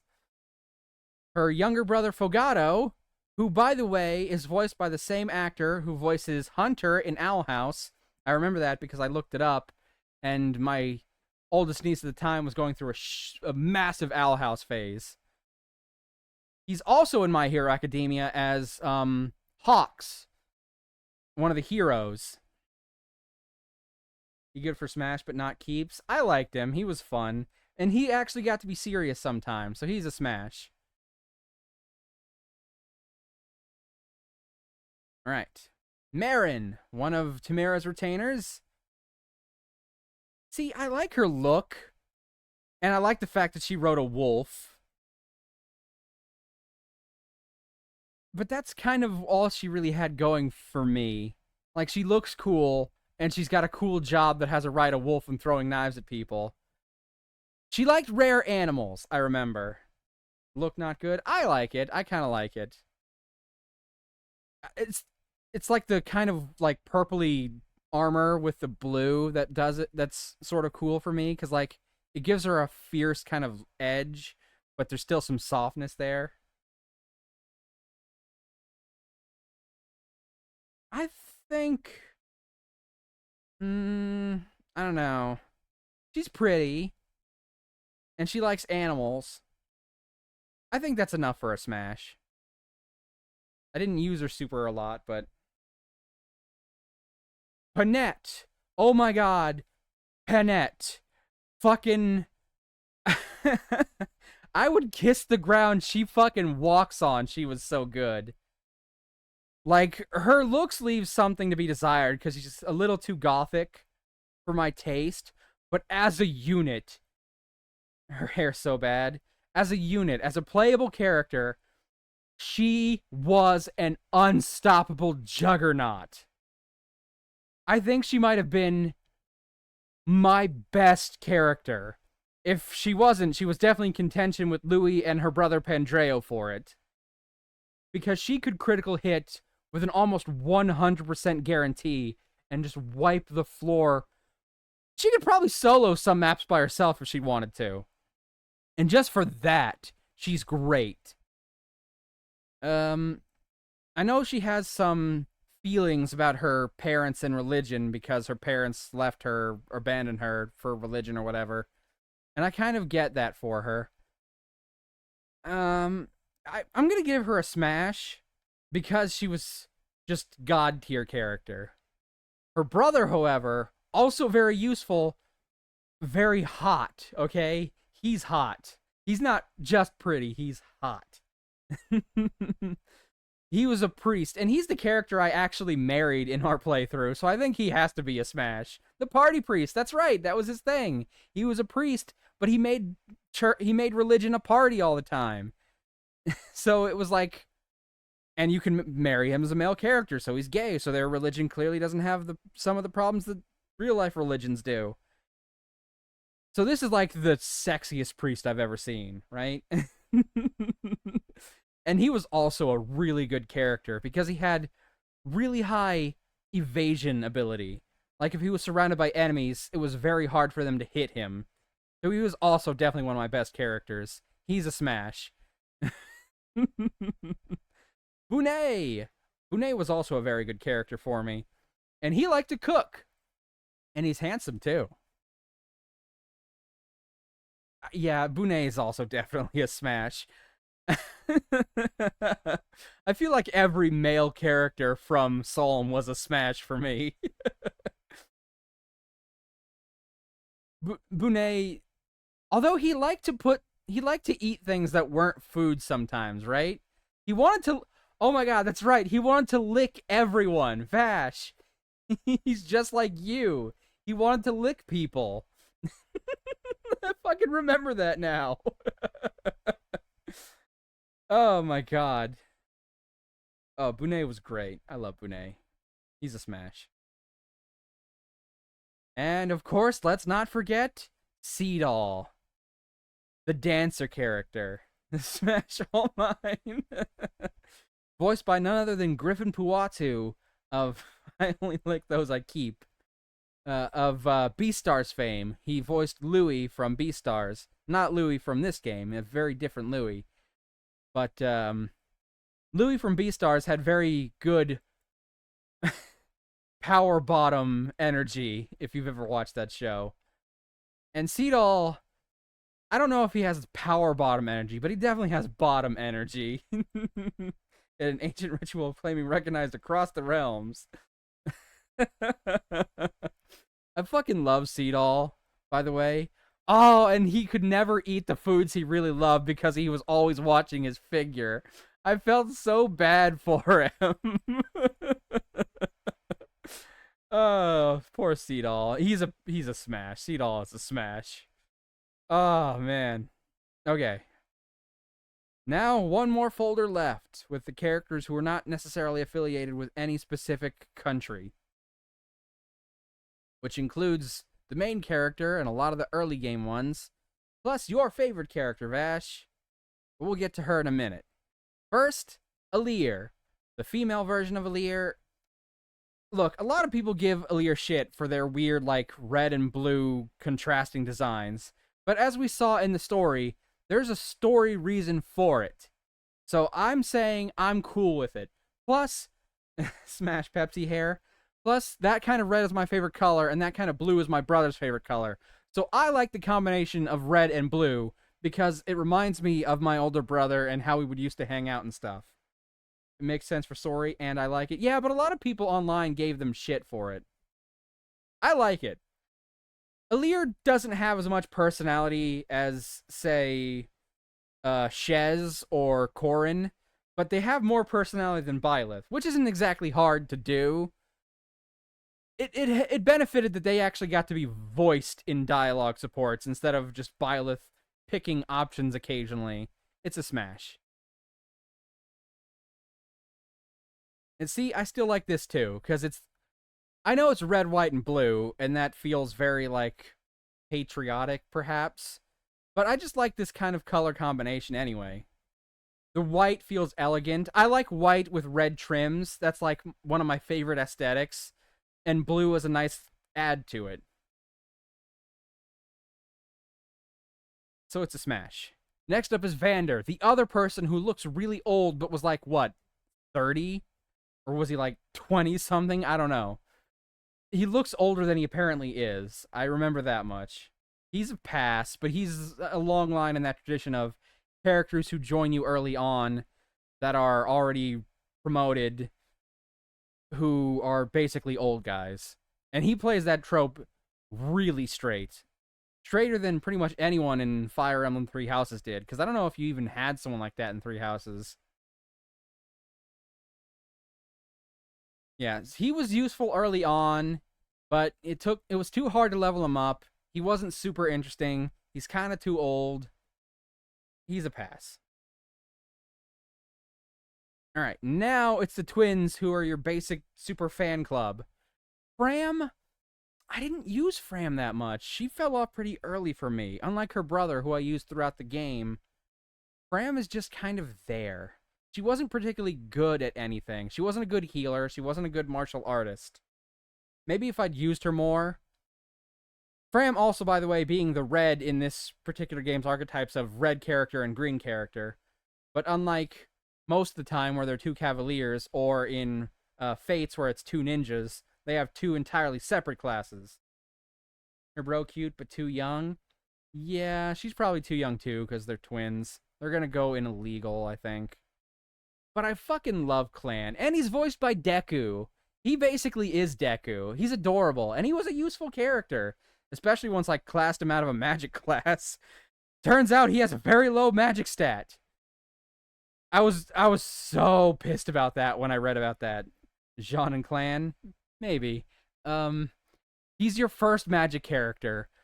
But his magic growth rate is abysmal. So you want to get him out of a magic class super early on. I think I promoted him to hero class ultimately, and he did much better as a result. I wish I'd known how bad his magic growth was at the beginning. I remember you learned the magic thing and were disappointed. I wasn't disappointed. I was pissed. I was salty. I went on a whole rant about it in the Discord server, I think.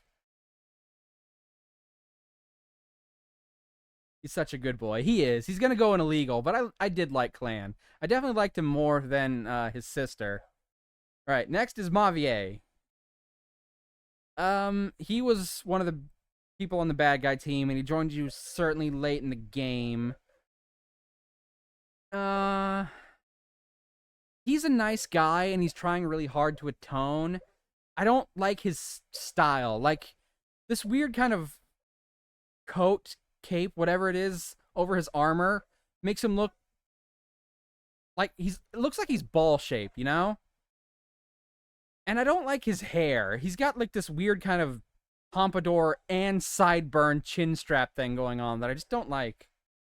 He was an okay dude, but he's a pass.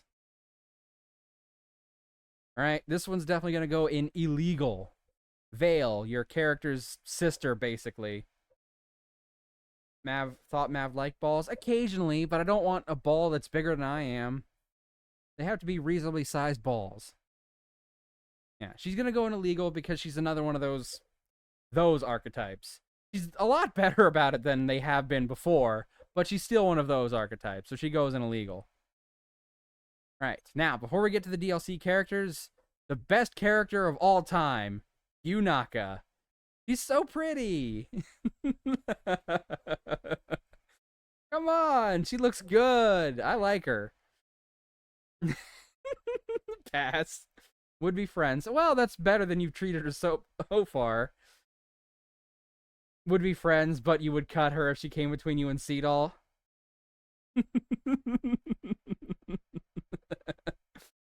Oh. I really liked Yunaka. I did. She was a very useful character the whole way through. I told you, I am it up for the lols. I do appreciate it, but I know there's a small part of it that is genuine.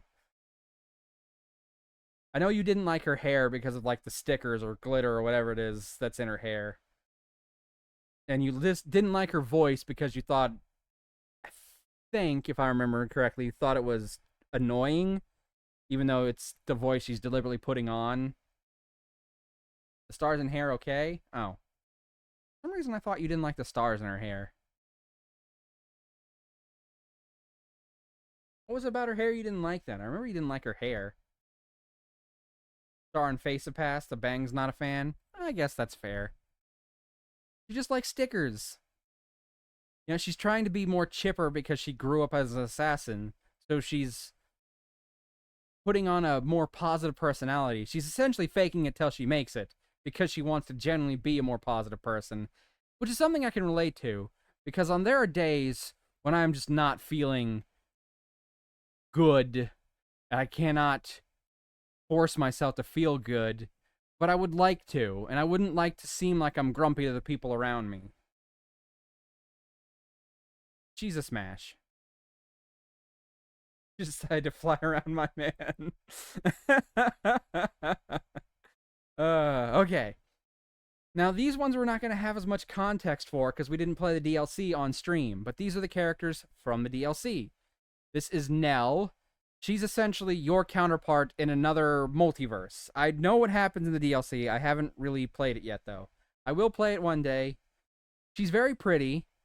I'm going to give her a smash. We're going to have to go mostly on what I know from the scant amount of research I've done and their looks. I don't know a whole lot about them. I know that Nell and Nil, they're like brother and sister, and they're like dragon people like Alir is. I know that he's a bit more obnoxious. Like, he's that guy who's always trying to one-up people kind of thing. I don't know 100% for sure. He's got some cuteness to him, but he's kind of the more abrasive of the two. I'm going to give him a pass. Now, these ones are interesting because we technically know who these characters are, but these are good versions of these characters. Remember her? And how the game tried to make us feel bad for her at her death? Well, this is her from a different dimension where she's actually a good person. That's not even the same name. This is her as an actual good person. Instead of doing evil things because she thinks she wants a family and only discovering at the last moment that she had a family even though she murdered the person she considered a daughter.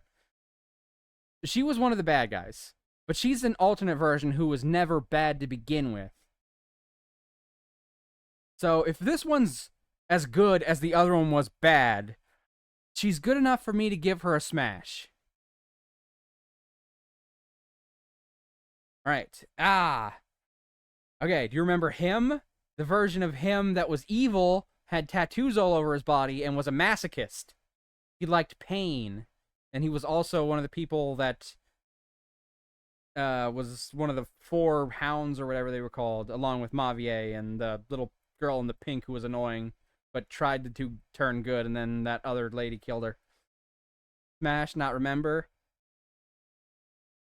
What I know about him is that he's kind of a chicken. He's afraid of being hurt, whereas his evil version loved pain. This one does not like pain. But he's handsome, so we'll give him a smash. And last one, Madeline, the good version of that girl in the pink, except this one wears blue. I'm pretty sure she's still a child, so she gets to go in illegal. I hated the evil version of her, even at the last minute when she was trying to turn good and she got killed for it. I still hated her. She goes in illegal, I think. Okay. And with that done, I believe that is the end of Engage. Yep, got them all. And I believe that's the last of the Fire Emblem characters. So, we have Smasher passed 4 games.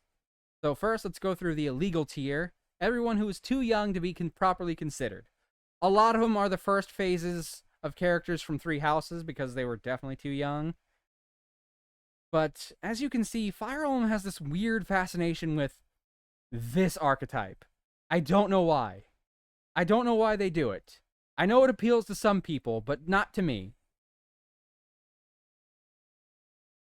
Alright, and let's see who all we passed on. There are 92 items in the pass folder, so we passed on 92 characters. Well, some of these characters are the same characters, so I guess not 92 specific characters. Nav stays, well, we're gonna go over the list a bit, but then I gotta, I got to go. We're done smashing and passing. Plus, I still gotta make dinner.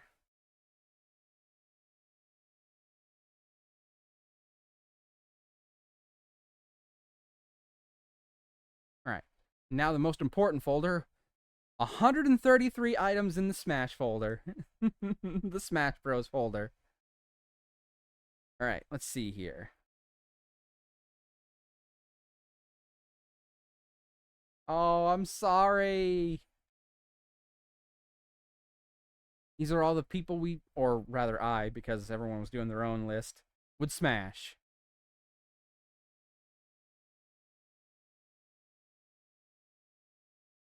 Abandoned. I'm not abandoning you. I just have things to do, and I've finished this thing I was doing.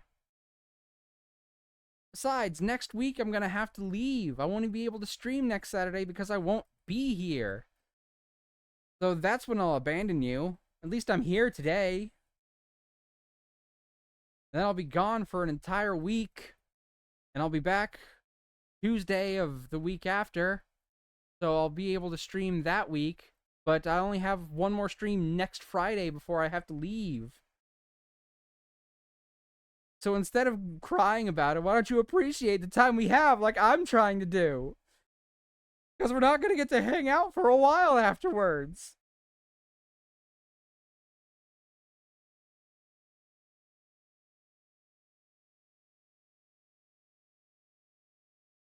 Always appreciate math time. Aw, I'm glad.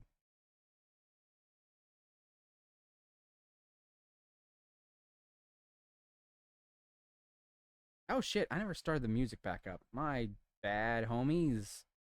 We were just sitting in silence for that last stretch. Oops. There we go. Maybe Power World this week if stars align? Maybe, but I'm gonna be really busy with getting ready for the trip next week. I'm gonna start packing tomorrow.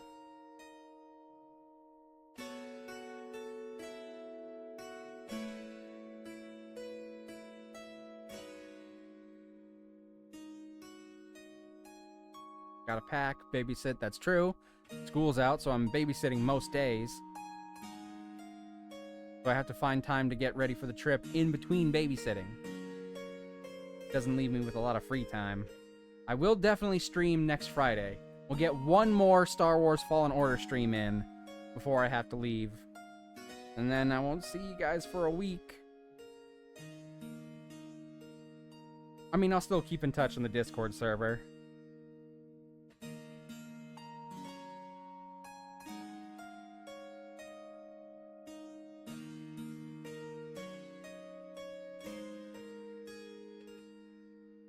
Is Iffy Woman and Bro gonna make trip?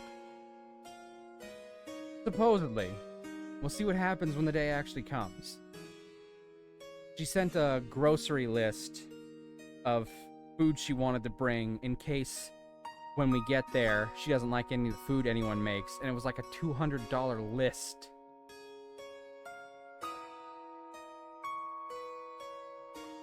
Of just food for her. Meanwhile, what I'm gonna bring is maybe a bag of Cheetos and a box of zebra cakes. And then I'll just eat whatever's there. Because the trip there, we're gonna be in the car for a full day driving out there. So that's 1 day in the vehicle. If she was able... That's the entire thing. She doesn't care about her financial burden. She wants everyone else to do stuff for her. She doesn't want to deal with any of that shit.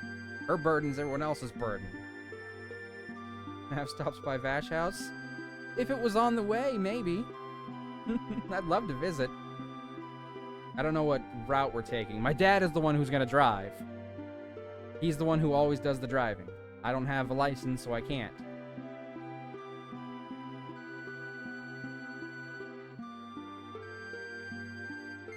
Did not, but would love to see you. Aw.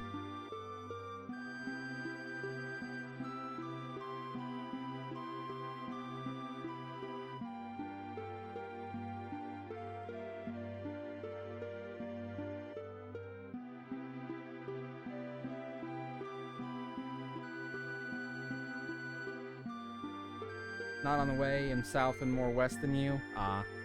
That's a shame.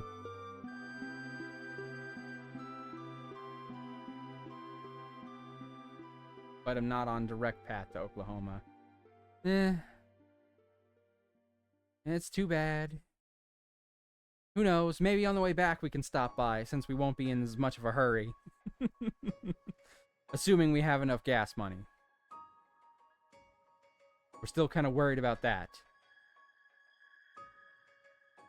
Especially because a part in the vehicle broke down yesterday, and we paid $200 for a new part, and then, as my dad was fixing it, some other part broke down that's going to cost $200 to replace. Ugh.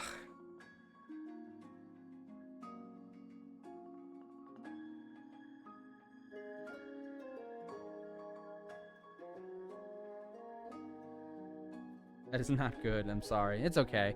I'm taking the money I've been getting from Twitch lately to put into the, like, community trip pot, whatever you call it.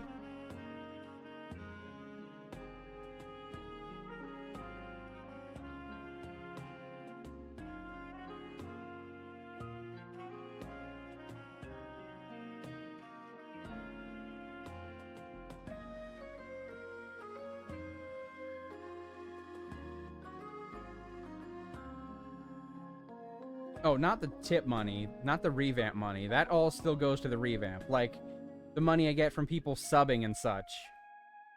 If you're about to tip money, that's gonna go to the revamp, I promise you. But, like, if I get a payout from Twitch because I get subs, or people do bit alerts, or anything like that, that stuff has been going to the trip.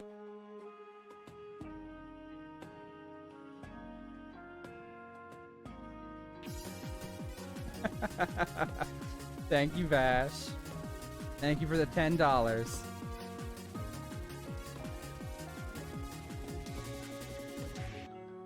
I appreciate you. That's gonna go to the revamp, though, just so you know. Anything for the revamp goal goes towards the revamp. I made it very clear that that money was off limits.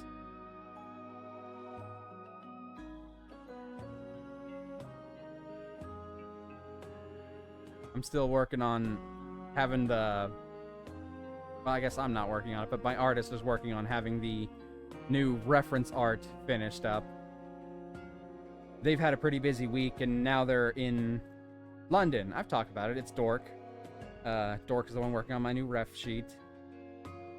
Yeah, they've had a pretty busy week, and now they're going to go vacation in London, and, you know, I'm going...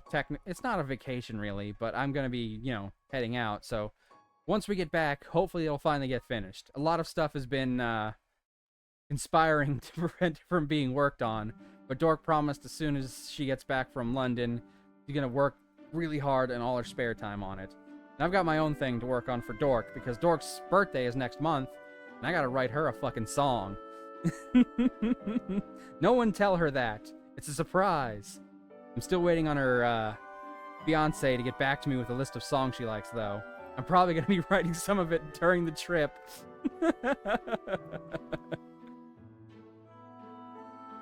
But if I find a good selection, I'll work on writing some lyrics, and when I get back, I'm gonna record. Dork birthday next month too? Yeah, yours is the first. Dork's is... Hold on, I've got it set on my calendar.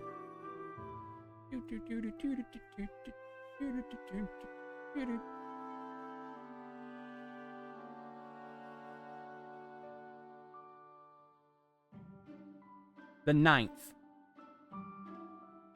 So, almost 1 week later.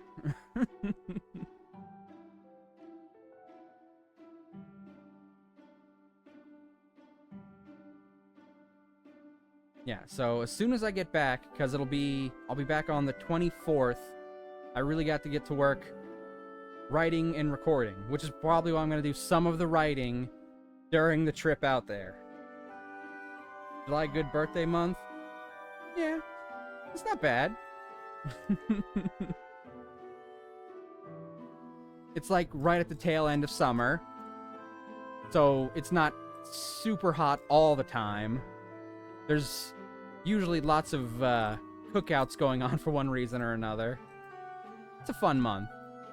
Great for beach weather, I suppose. Okay. Let me put my calendar down, because you guys can see that. Bash plan's gonna be lazy hidey hole. You should do something. You should stream for your birthday, Vash. Come on, I did karaoke for my birthday. Now you do something. Okay, hold on. Let me go to the goodbye screen, because we're done smashing and passing. I'm glad I got to hang out with you guys again. After last week, I really needed some time to decompress after the loss of my cat. But I do really appreciate hanging out again. It's really helping me feel better about the whole thing.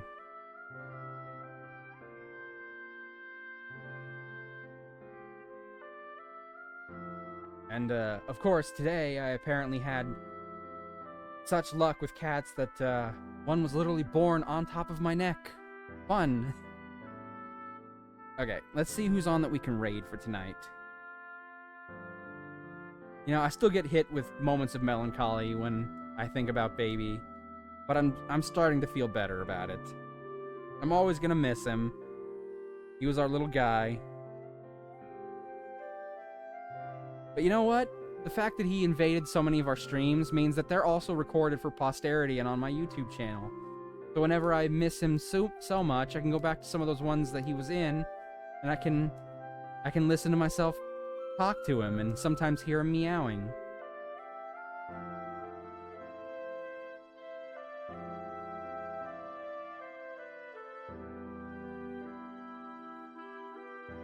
Alright, let's see who we can raid for tonight. Anyone doing anything Fire Emblem related tonight?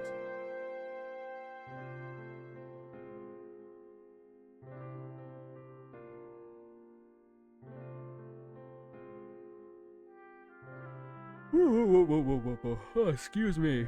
I was up super early today watching my nephew. So I have not slept great these last few days.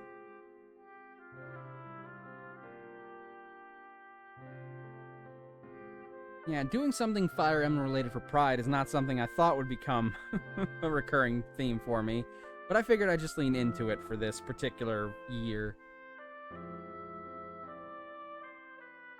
And maybe I'll play another Fire Emblem game next year. I'm not going to be here for a week, so I didn't want to start a whole brand new playthrough this month.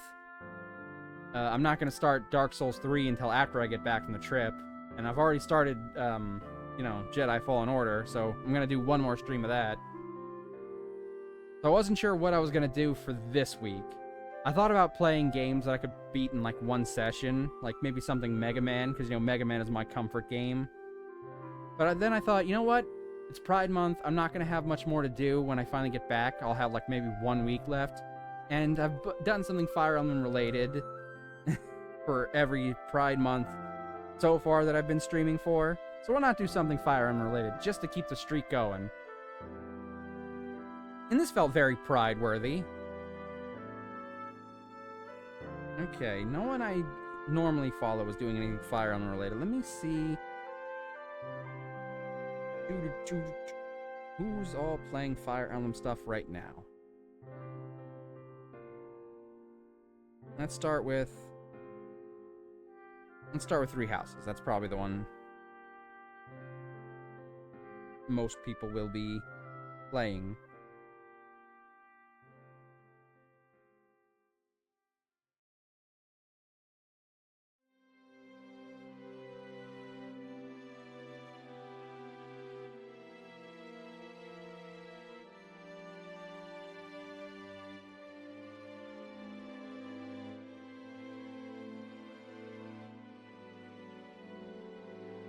There's not too many on for that.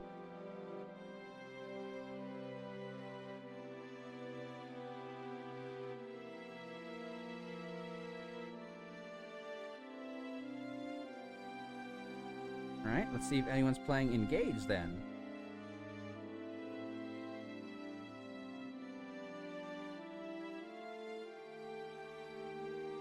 Even less people are playing that. I kind of figured. Well, I guess we won't be raiding no one doing Fire Emblem tonight. It's okay. We'll just raid someone we already know. Alright, so let's look at the homies that we have on that we can raid and pick one of them. It would have been nice to do a Fire Emblem raid for Fire Emblem Smash or Pass, but eh.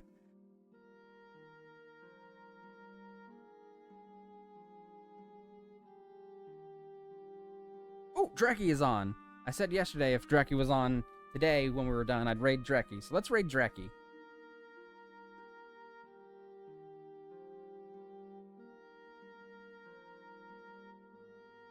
Alright, I'm gonna turn off the music because it's gonna clash with our fucking goodbye song. Oh, thank you for setting up the raid message. I appreciate it, and I appreciate everyone who stopped by tonight. I even appreciate it if you were lurking and didn't say nothing, because I've had several people tell me for the last few days that they were lurking and watching streams. And I very much appreciate that. Even if I don't know you're here, I appreciate you. I gotta say, though, it is disconcerting somewhat to think of the idea that there might be people watching me and judging what I'm saying without me knowing it. But it's fine. I love lurkers and people who talk too. I just appreciate you being here.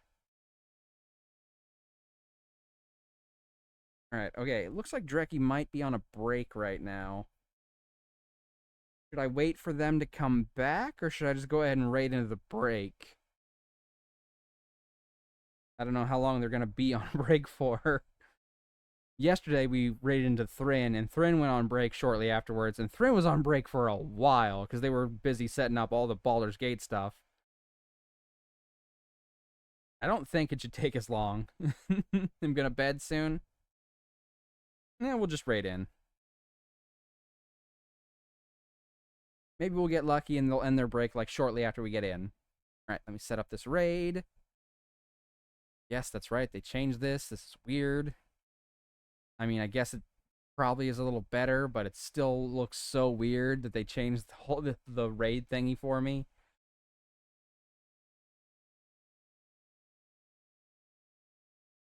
Alright, we're gonna raid Dreki.